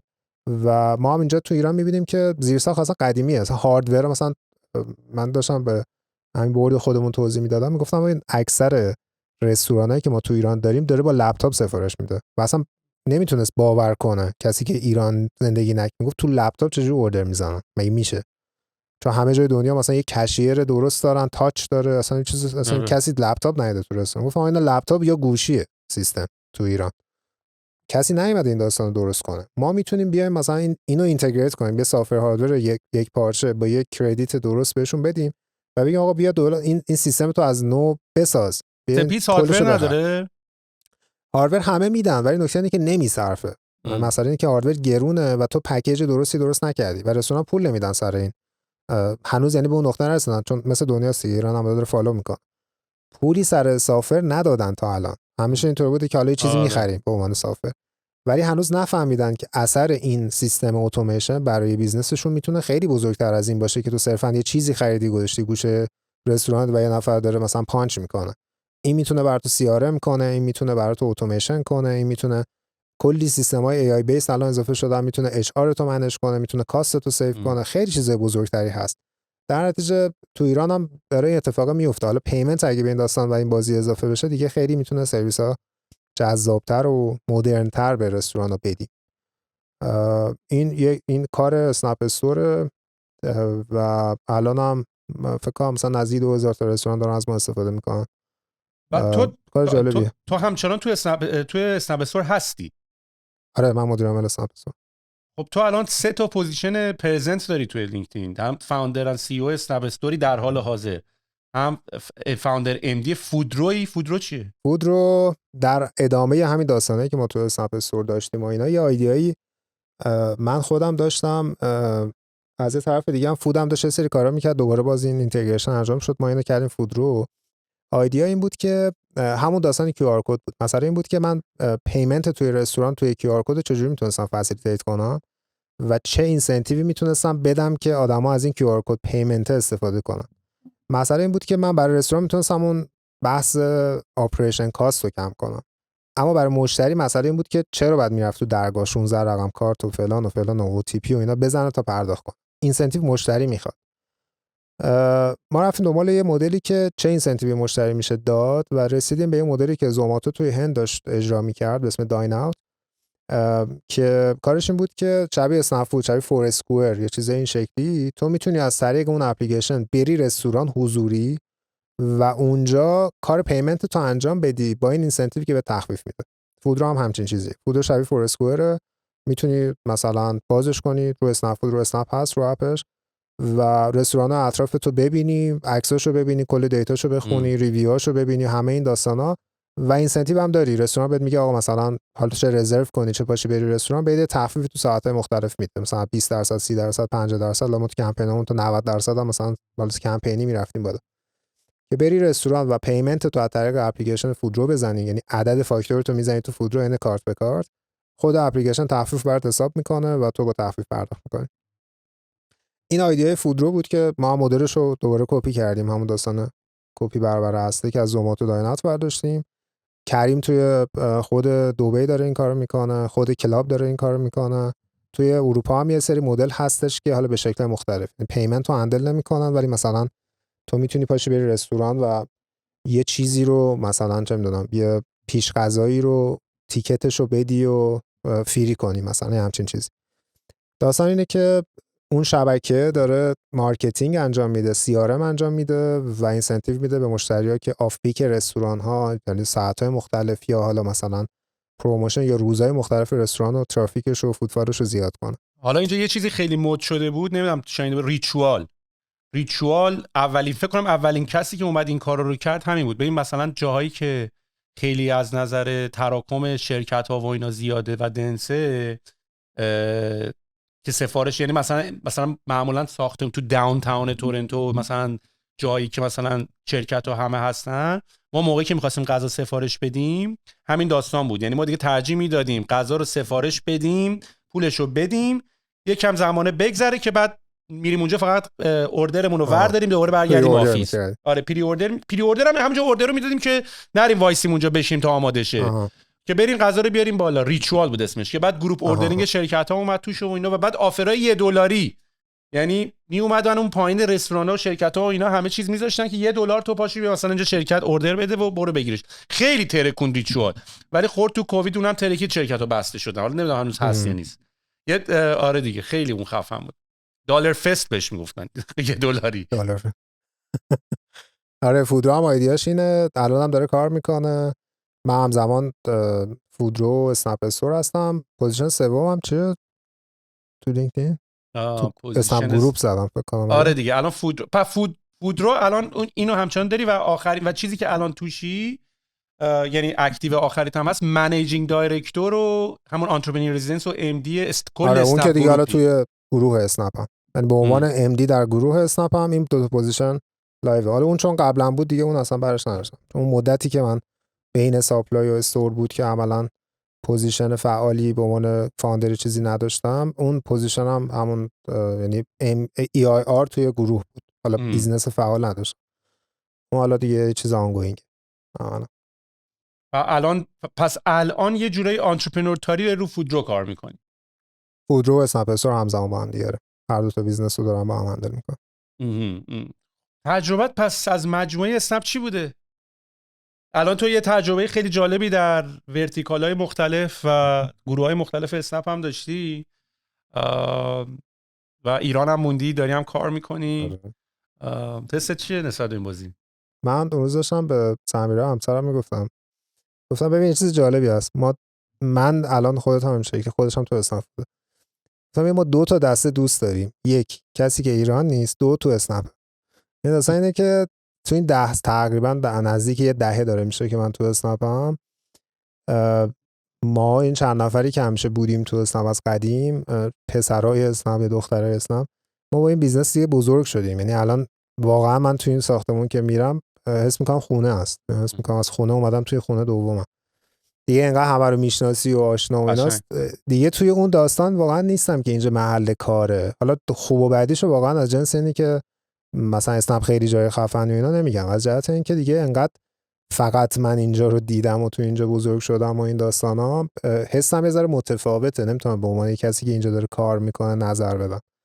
ولی خب مشکلات خودش رو زیاد داره اسنپ کار کردن، ایران کار کردن. البته اسنپ هم پارتی از این داستانه. ولی همین چند تا چیزی که در مورد صحبت کردیم، این تو اسنپ یکی از مهمترین چیزهایی که من خیلی برام جذاب بود، جدا از حالا شانسی که گفتم آوردم که تو اون سن اومدم تو اسنپ، چیزی که باعث شد بمونم تو اسنپ این بود که یکی این که مطمئنی جنیونلی آدمایی که داری باشون کار میکنی ساپورتیون، کنارتن تا جایی که بشه، تا جایی که داری میافتی از دره پایین کنارتن، اونجا هم دستتو میگیرن نیفت. و دو این که میرن کنار، کسی جلو پات نیست، میره کنار وای میسه میگه برو هر کار خاصی بکن، هر جا خاصی برو تو دیوار. حالا نه اینکه هر کار احمقانه‌ای بکنی، ولی دیگه تو فول اتونومی این بیزنس دست توئه. این ایده، این کانفرمیشن، این باجت، این زمان، برو ببین چیکار میکنی. اونا هم میدونن که این کسی که داره این کار میکنه واقعا از تمام وجودش داره سرمایه میذاره واسه این، از صبح و شبش گذاشته دیگه شب و روز نداره، داره کارا رو انجام میده. هدفش هم اینه که به این نتیجه برسه. حالا نشد، فیل شد، شکست خورد، اشتباه کرد، پول مثلا هدر داد، برن کرد، این داستانا، اونا هم میان میگن اوکی حالا میدونیم که اشتباه کردی ولی اوکی ساپورتیویم، بیزنس بعدی، ایده بعدی، پروژه بعدی. و این روی کرده تو گروه بوده همیشه، حالا کم و بیش، الان بگیم کمتر بیشتر به واسطه مشکلاتی که توی گروه هست، پول، همه این داستانا و اصلا بزرگتر شدنشه. من یه جایی دارم توصیف میکنم که مثلا جلسه کوارترلیمون میتونه توی اتاق مثلا 15 متری جاشه، الان دیگه واقعا بعد مثلا یه سالن بگیریم آدمو بیان توش. و خب دیگه به این دلیل بزرگتر شدن هم انرژی کمتر، اتنشن کمتر، وقت کمتر، این داستانا. ولی خب همچنان این کالچر تو بیزنس هست، هر کی واسه خودش اون ونچری که داره، اون گروهی که داره، فول اتونومی دست خودشه و یه خانواده ایم دیگه عملاً. و این خانواده کار کردن توش انگار که میگم یه روزایی من خونه مثلا مریضم، خستم، نمیتونم برم سر کار، حس نمیکنم نرفتم، مثلا با لپتاپ باز میکنم زنگ میزنم بچه‌ها، یا میرم اونجا مثلا همین شکلی. این داستان این شکلی شده واسه من حداقل. ببینم تو که تجربه این داشتی که اولین بار استارتاپ خودت تو یه اکسلراتور دیموند شروع بکنی، دیموند هم فکر کنم شعبه ایران پلاگ اند پلی دیگه، سرمایه‌گذاری پلاگ اند پلی. آره دور با هم دیگه ارتباط داشتن. ولی و تجربه مشابهی هم هست با منی که مثلا تو آواتک بودم و اینو شروع کردم دیگه. صرفاً چیزی که سعی دارم میکنم ازش بتونم یه نتیجه گیری بکنم محیطه. به خاطر اینکه من الان مثلا من همین الانم که قفلی زدم میخوام از کانادا برم و پریشب در یک حرکت جهادی به صاحبخونه‌ام گفتم که من ماه دیگه دارم میرم، الان تو یه ماهی نمیدونم چجوری جمع جور کنم برم یه سفر استراحتی، ولی اینجا خیلی حاجی همش داره برف میاد، یعنی من الان پرده رو بکشم بیرون دیوونه است. چه کاریه، نه آفتاب بهت میخوره نه انرژی میگیری، 6 ماه سال اینطوریه و انرژیت کمه. نزدیک ما میخوام یه دامینیکن برم، بعد اونجا یکم هم کار کنم و هم یه استراحت ریز بزنم و دیگه میشه قبل از عید ایران یه ایران بیام و بعدش هم دبی. ولی دلیلی که دارم از کانادا میام بیرونم دوباره و من این مهاجرت رو دارم، من دیگه از یه حدی به بعد که خیلی نگاه میکنم، بررسی میکنم ببینم کجای کار رو اشتباه کردم، کجای کار رو کوتاه اومدم، کجای کار رو باید بیشتر میرفتم. دلیل این پادکست هم مثلا همینه، خیلی بررسی میکنم تجربه‌های آدمای مختلف، خودم، بقیه. به این نتیجه رسیدم که نتیجه خیلی مشخصی هم هست، ولی به درکش رسیدم که محیط خیلی فاکتور بزرگی، خیلی بزرگتر از اون چیزی که فکر می‌کنم. بعضی موقع من احساس میکنم این آدمایی که میان میگن چرا توی ایران نمیمونین، چرا توی ایران کار نمیکنین، چرا تو کشور خودتون نمیمونین، این کشور رو باید بسازین، خیلی دارن فاکتور محیط رو دست کم میگیرن. حالا قرار نیست تو بری از اول تو عمر تو میری مثلا خلبانای ایران رفتن روسیه و آلمان و اینا درس خوندن، کسی که مثلا تعمیرکار یخچال LG رفته تکنیشیان تو میری، یعنی بس تو ایران که همه کاری نمیتونی بکنی، بحث خیلی بحث غلط، احمقانه و چرتیه، میدونی میتونی بری آموزش ببینی برگردی، ولی این گیر دادنه یه مقدار اینطوریه. و محیط خیلی فاکتور بزرگیه. من احساس میکنم کانادا محیطش خیلی کمک نمیکنه، حالا از زوایای خیلی مختلف. ولی تو دیموند بودی، یعنی یه جایی که تو خیلی ایندیپندنت بودی، خیلی استقلال بیشتری داشتی، مثل منی که تو آواتک بودم و این داستانا. خودت بعد برای ریسورس می‌جنگیدی، خودت بعد آدم پیدا می‌کردی، خودت بعد نیرو پیدا می‌کردی، خودت بعد آفیس اجاره می‌کردی، آفیس پیدا می‌کردی و بعد تجربه تو گروه اسنپ بودن رو داشتی، ولی اونجا هم نقش فاوندری و آنترپرنوری تو حفظ کردی. دوست دارم این دوتا محیط رو مقایسه بکنی، یعنی بگی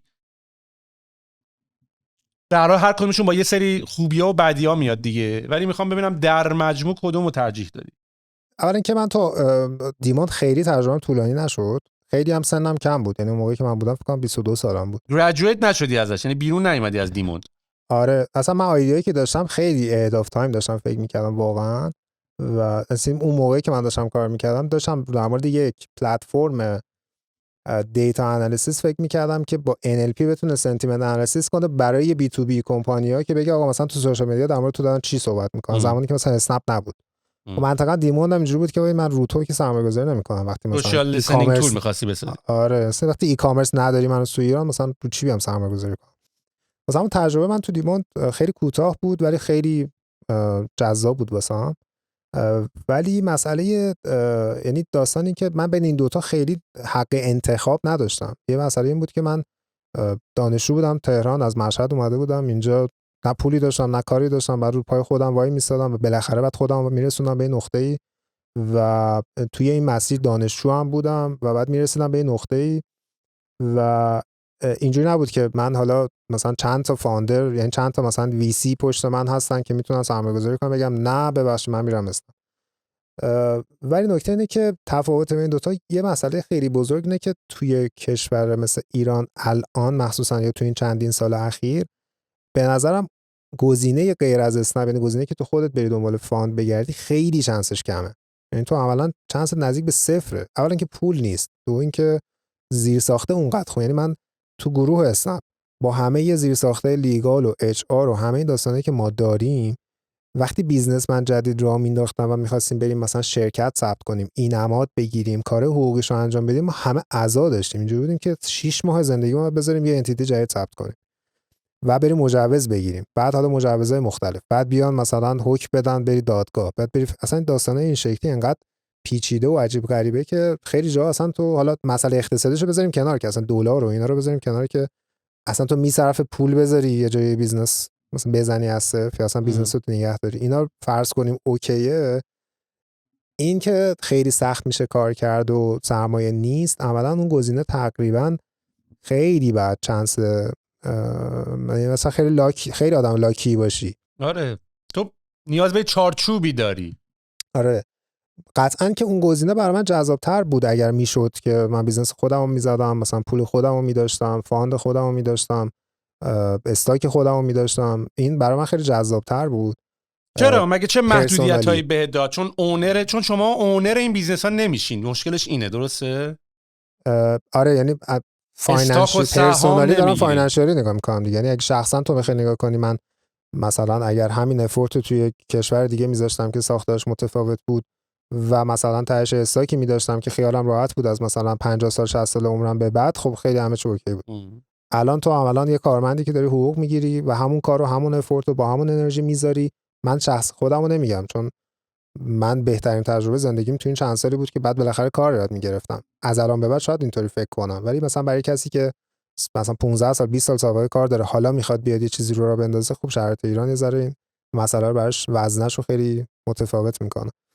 واسه اون از نظر فاینانشالی خیلی بهتر میتونست برای شخص تو باشه، ولی از نظر لرنینگ و حالا جدا از این از نظر اثرگذاری در جامعه من هیچ آپشن بهتر از اسنپ نداشتم. یعنی من الان نگاه میکنم که من بالاخره 2-3 تا بیزنس رو انداختم که خیلی کم بهش نگاه کنی حداقل 3-4 هزار تا پارتنر، یعنی کسی که این ور پلتفرم من بوده داره یه بنفیتی از این سیستم الان میبره و این خیلی چیز جذابیه. من میرم توی رستورانی که غذا سفارش میدم، فاکتوری که بهم میدن زیر صد اسنپ استور عشق میکنم. اینطوری هم که دمت گرم تو که داری اینجا پرینت میکنی، با این بالاخره تصمیم گرفتی که با این سیستم ادامه بدی. حالا هزار تا مشکل هم داره، ولی زنگ میزنه وندور بهم میگه آدمت کم فلان چیزش خوب بود، فلان چیزش به درد من میخوره، خیلی حال میکنی. بالاخره داری یه ولیوی به این جامعه اضافه میکنی که به این کامیونیتی داری چیز اضافه میکنی که حقش بیشتر از این حرفاست. این کامیونیتی تو ایران واقعا دیزرو میکنه که خیلی مدرن تر زندگی کنه، درآمد بیشتر داشته باشه، زیرساختای بهتر داشته باشه. ما نمیگیم میتونیم چیزی رو حل کنیم، ولی بالاخره یه گوشه از یه کاری رو بتونیم یه ذره بهتر کنیم، مدرن تر کنیم. بالاخره هر کسی یه سهمی داره دیگه. از این نظر همه جذاب‌تره. یعنی من اثرمو تو جامعه با اسنپ خیلی بزرگتر گذاشتم تا اینکه من می‌خواستم برای خودم یه بیزنس کوچیک‌تر ولی سهم بزرگتر یا درآمد بیشتری می‌داشتم. ببینم به غیر از حقوق هیچ اینسنتیو دیگه ای نداریم. میدونم یه سهام خیلی ریز کوچیک هست ولی خیلی معلوم نیست قراره چجوری کش بشه. ببین من راستش برای برگر واقعا نمیدونم، یعنی خیلی هم کنجکاو نبودم، ولی برای شخص خودم معمولا این شکلی بوده که به شکل ایساب بوده، 1% مثلا 0.5% 2% بعضن، که اونم به شکل‌های مختلفی در شرایط مختلفی میتونست لیکوید بشه که من عملا هم خیلی از این نه بهره بردم نه هنوز قرارداد فعالی خودم شخصا دارم. خیلی اونش برام خیلی جذاب نبوده یا مهم نبوده حداقل. یعنی منم خیلی لورجی توی نگوشیشن خودم حداقل نذاشتم، خیلی هم نداشتم. اینجوری بودم که آقا من چیزی راه میندازم، حالا اگر شد بیا بعدا با هم صحبت می‌کنیم این چیزی به ما میرسه مثلا یا همچین چیزی. ولی آره به صورت کلی فکر کنم همه گروه هم تو همین داستان تو اینترپرنور بودی دیگه، یعنی در یک مجموعه‌ای میتونستی فعالیت بکنی که منم ترجیح میدم. خیلی قشنگم هست و من میگم من مدل اسنپو ترجیح میدم به مدلی که ما توش فعالیت کردیم. کار میکنه. آفرین. یعنی ترجیح میدم که کار میکنه. نوید دمت گرم، خیلی حال داد، خیلی لذت بردم از همصحبتی باهات، خیلی یاد گرفتم از اتفاقاتی که برات افتاده و امیدوارم که همینطوری تو زندگی موفق باشی و آخرش هم که مطمئنم با تجربه که به الان داری یه جا اینو میاری یه کار گنده مشتی میکنی دیگه. دمت گرم. من خیلی دوست داشتم که باهات از نزدیک صحبت کنم. نزدیک همه قدم باشه نزدیکه. حالا اومدی ایران بیشتر میبینیم. حتما. و همین دمت گرم. خیلی امیدوارم که کسی که گوش میکنه حال کنه. با تو که حال میکنه شاید از صحبت ما استفاده کنه. دمت گرم نوید. بیشتر ببینیم. قربونت برم. مرسی مشتی عزیز.